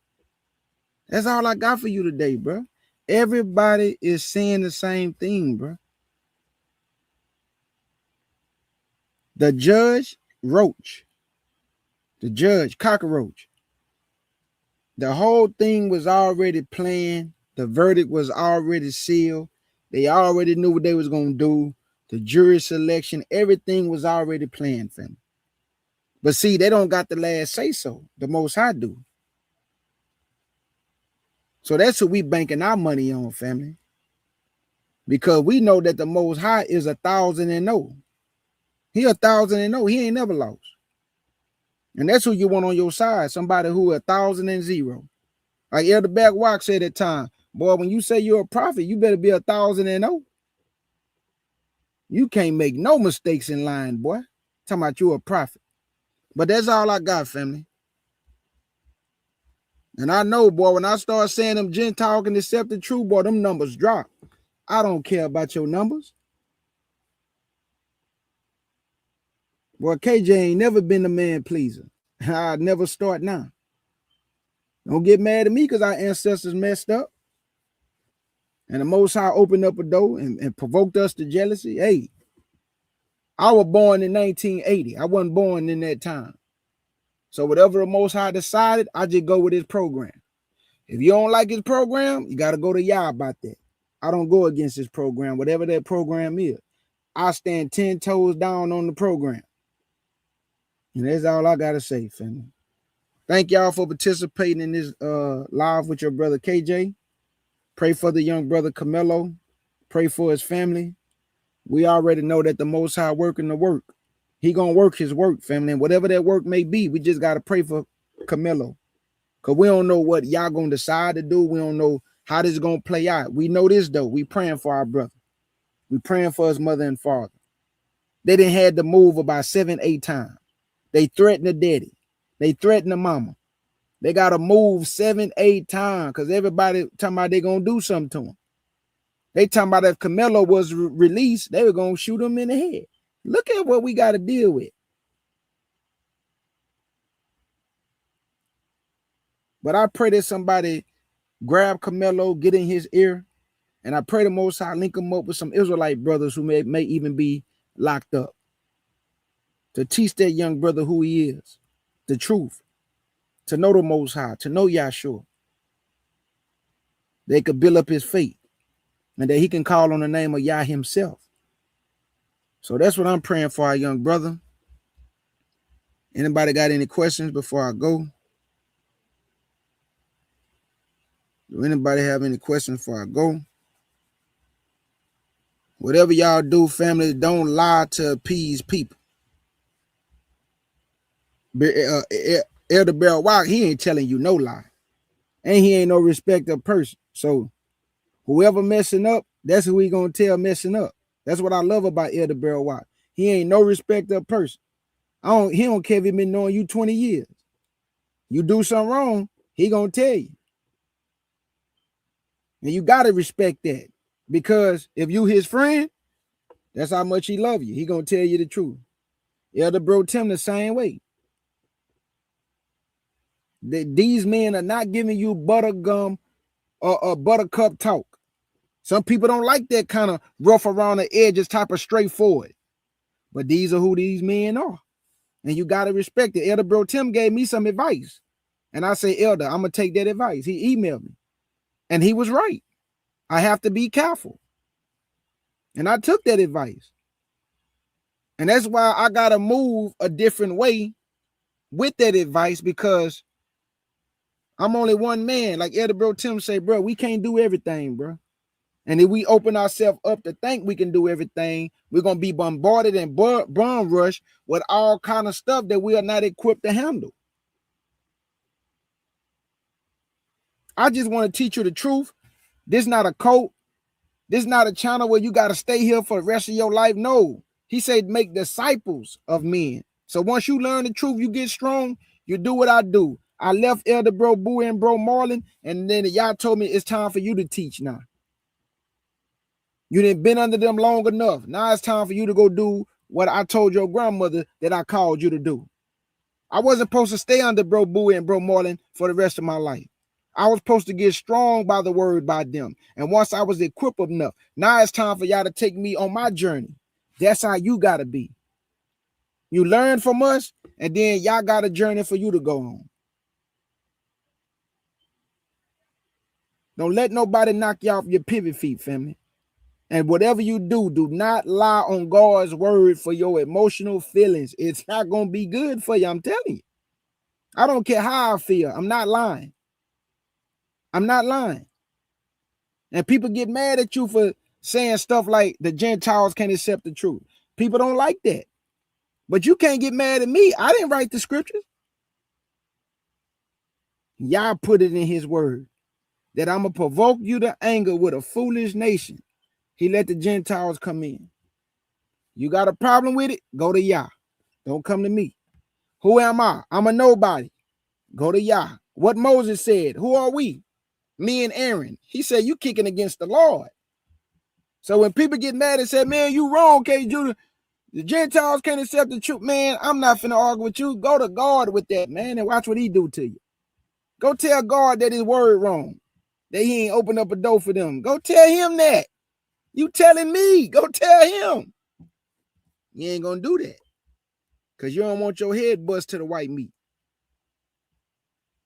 That's why y'all come to flesh and blood men and try to tell us what's on your mind. I ain't trying to hear it, though. Do anybody got any questions?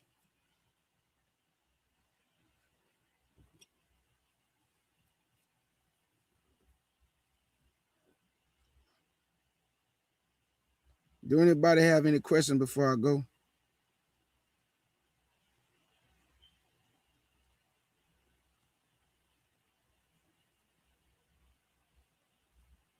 Hey, brother, Bowdy. Hey, if you don't mind me asking, you in the camp? I'm just asking, brother. Or like you in the camp, or you not in the camp? That boy got that Master P name too, Body. Must be from Louisiana. I'm just asking, brother.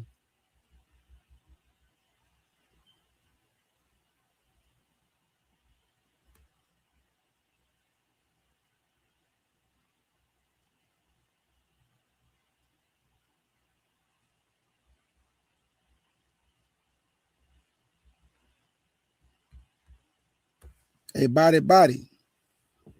Who said that? We said they can accept the truth. That's what, hey, the Bible said they can accept the truth. Whether you think they sons or daughters or not, it doesn't matter. The Most High let them come in to accept the truth. There's only one truth, bro. So, you got a right to your opinion, but, you saying that they're not the sons and daughters and all that, the Most High allowed them to be a part of the tree that he told them not to boast against, right? So they're a part of the tree and the root, which is Christ. Bruh, they're accepted by Christ, bruh.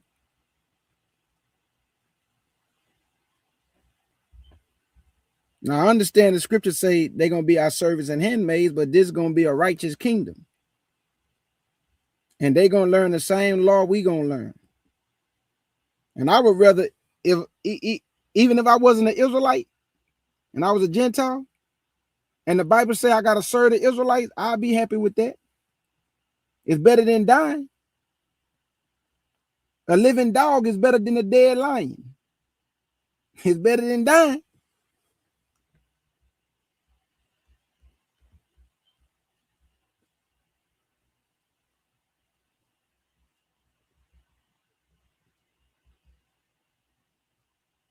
Yeah, that's what I'm saying. Like, bro, I'm about to get up out of here. You can't tell the Most High who is his sons and daughters and who can adopt. And like, bro, come on, bro. I ain't about to go back and forth. That's your opinion, bro. I can show so many scriptures, family, that he say that whatever the stranger land they sojourn in, give them an inheritance. That's what the book say in Ezekiel.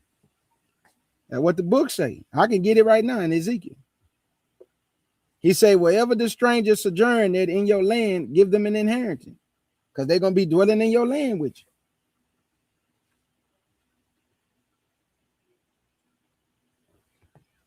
Oh, go ahead, brother Darnell. What's your question, my brother? Oh yeah. Judgment start at the house of Yah. Judgment still comes to all. Yeah, us too. Yeah. Don't say judgment come to all, but you exclude us. Judgment come to us first. That's why it's called Jacob's trouble. Everybody gonna get it. Even some of our people. All of our people don't believe in Christ neither. All of our people don't believe in the Bible neither. So what would you call them? I'll call them heathens.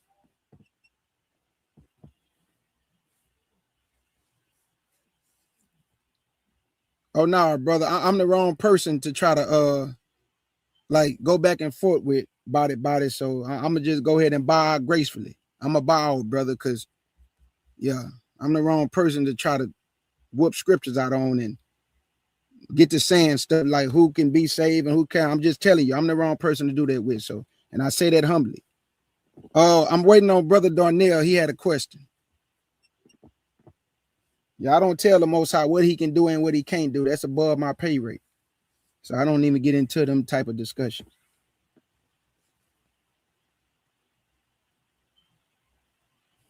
Okay, I got my brother question. Some brother was saying that provoking us to jealousy has to do with the split of the kingdom. What's your stance? Did they read the scripture that said that, brother Darnell, or did they just say it? Did they read it out the Bible or did they just say it? That's what I want to know. Oh yeah, much love, body. But I'm just saying though, I don't want to go back and forth with my own people with what God, whatever his words say, body, I just stand on it, brother.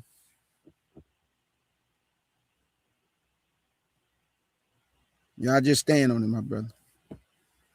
Yeah, I'm just gonna peace out on that. So yeah, I don't want to go back and forth with you. All right, brother Darnell say some brothers were saying that provoking us to jealousy had to do with the split of the kingdom. My question to that, brother Darnell, is did they read the scripture to say that?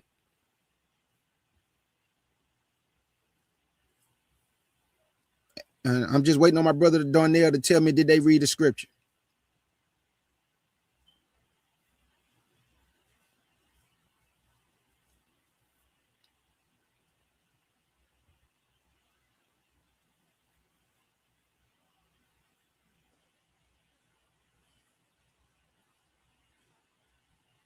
I told them, okay, let me see. Hold on, brother Darnell. I got you, my brother. My brother Darnell said, let me get him off the screen. Let me remove him real quick. Okay, there we go. My brother Darnell say, I told them I got to worry about if I can get in before I can worry about someone else. And you told them the right thing, brother Darnell. You told them the right thing, brother. See, look at it like this. And I'm going to just, drop this as a nugget. A lot of things has happened to us as a people by the hands of the other nations. But I also got to be spiritual and say my ancestors got me in this condition, right? I mean, that's the right thing, how you should look at it. Okay, my ancestors sinned against Yah, and he told them, if you continue to do this, I'm going to scatter you into all nations. They continue to sin, we got scattered into all nations. Now, he warned us, they're not going to show you no pity. The old, the young, the elderly, they're not going to show no pity, right? He already told me what was going to happen. Now, this is what I do. Listen to this. Once I understood all these things that my ancestors did and the things that befell us as a people, I didn't go whining to Yah. I went repenting to Yah of the sins of my ancestors and the sins of my people today. And guess what I told Yah? I take full responsibility of the sins of my ancestors and our own sins as a people.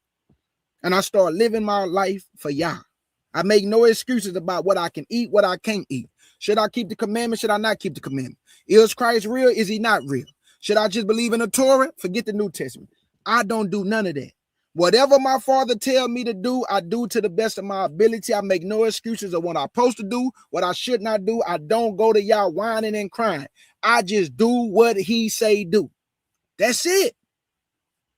The nation's gonna get paid back, right? But I can't put all my stock into what's going to happen to them. I'm trying to make sure I'm going to get in. I'm trying to make sure my kids going to get in. I'm trying to make sure my wife going to get in. So I can't put all my stock on what's going to happen to white folk. I just can't, fam. So we got to work out our own salvation and let Yah do the judging when he judge. When they get judged, they going to get judged. It's prophesied what's going to happen to the nations, right? So I don't need to worry about it because it's going to happen when he wanted to happen. It's just that simple. It's just that simple, y'all. So once you can be spiritual and say, our ancestors messed up and got us in this condition, and you go to Yah and you say, I want to repent of the sins of my fathers. I want to repent of the sins of my people today. I want to repent of my own individual sins. I take full responsibility, Yah, of the things that I have done, my forefathers have done, and we have done as a nation. You don't go to Yah acting like he the problem. You go to Yah humble, repenting of the sins of your fathers who got you in this condition. And the sins of us who ain't did no better. We ain't did no better than our fathers. So that's all I'm saying, fam. We have to be spiritual and look at this thing from a spiritual perspective and not always an emotional perspective. We have to be spiritual, fam. And to be spiritual is not always going, they did that to me. Or somebody did this to me. How are you living your life for these things to continue to happen? Because a lot of us got the hedge of protection by Yah, and no harm has come to our doorsteps. When we driving in our car, we protect it. When we go into the store, we protect it. When we go places in certain places where certain things happen, but we protect it though. Yah might protect the whole store because we in the store. Because these are my servants. And because they in this facility, I'm going to protect everything because of them. Because they're obedient unto me. Spiritual. Spiritual. I'd never go to y'all whining and complaining. Oh, why this happened, y'all? Oh, y'all, come on, y'all. Please, y'all. I don't do that to my father. I already know why these things befell us. What I'm going to do about it. I got to walk right and take the beam out my eye to be able to see to help my brothers and sisters. Take the beam out their eye. So I got to focus on me first, the man in the mirror. And I got to be the reflection of the change I want to see. Or I ain't helping nobody. I'm just a fake, phony hypocrite. And I refuse to be a hypocrite. Because I wouldn't be able to look at myself in the mirror knowing I'm a phony. All right, family, that's all I got, man. That's all I got. That's all I got, family.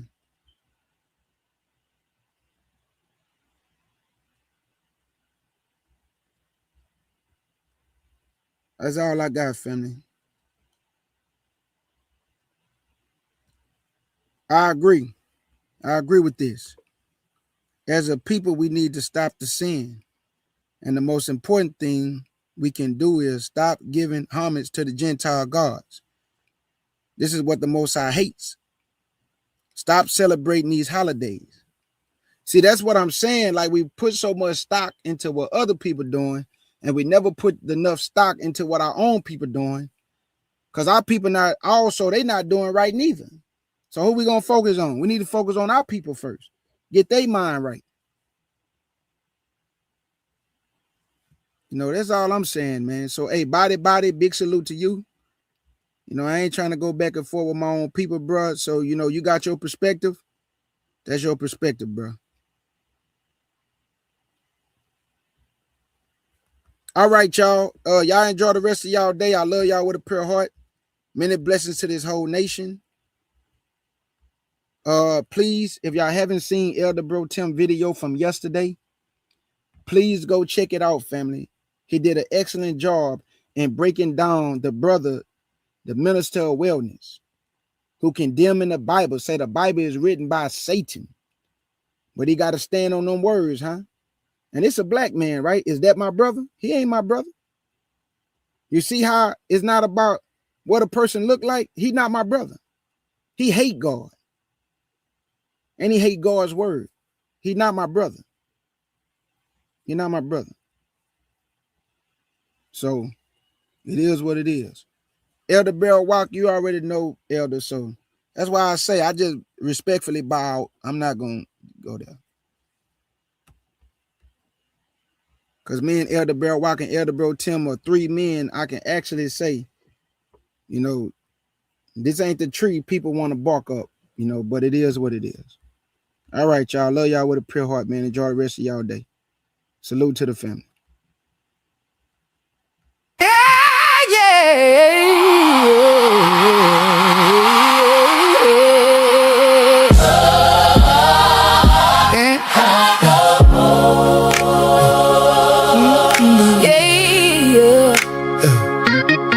They took our sweat, they took our dreams. They built their towers on our silent screams. They thought they owned the sun and stars, but we been polishing our scars. Tick-tock goes the clock. Time to give them a shock. Big payback. The big payback coming for them. There's no turning back. Big payback. Yeah. The big payback. Hear the thunder. Feel the attack.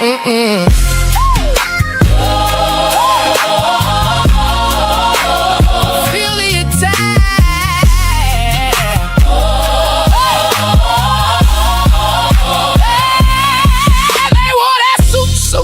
shining so grand. Never saw the fire in our hand. They laughed at us, they called us fools. Now we breaking all their rules. The worm, it turns, the tables flip. Gonna watch their fancy empire slip down, down, down to the ground. A brand new rhythm, a brand new sound. Big payback, yeah, big payback coming for them. There's no turning back. Big payback, yeah, the big payback. Hear the thunder, feel the attack.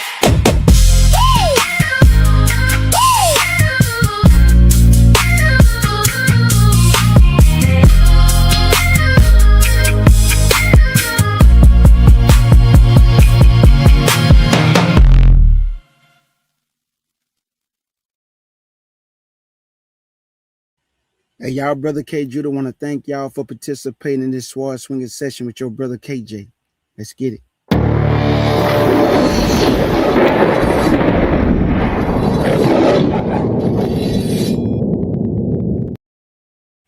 In the words of my beloved twin sister August Dreams, thank y'all for coming to the Lion's Den with your brother K Judah, the CUC family.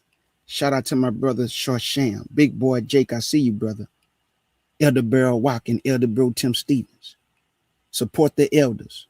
Nazarene Hebrew Institute of Faith and my beloved Elder Bro Tim Stevens. Subscribe to the channels.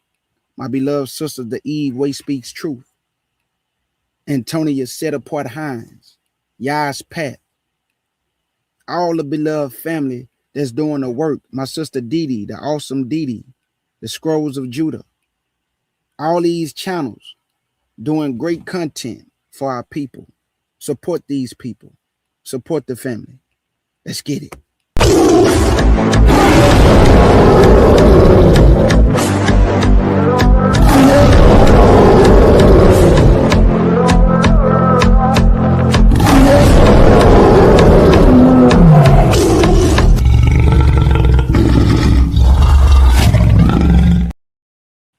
And your brother K Judah want to say shalom to the mighty nation of Israel. And I give all praise to the Most High Yah and faith in my King, Yahshua HaMashiach.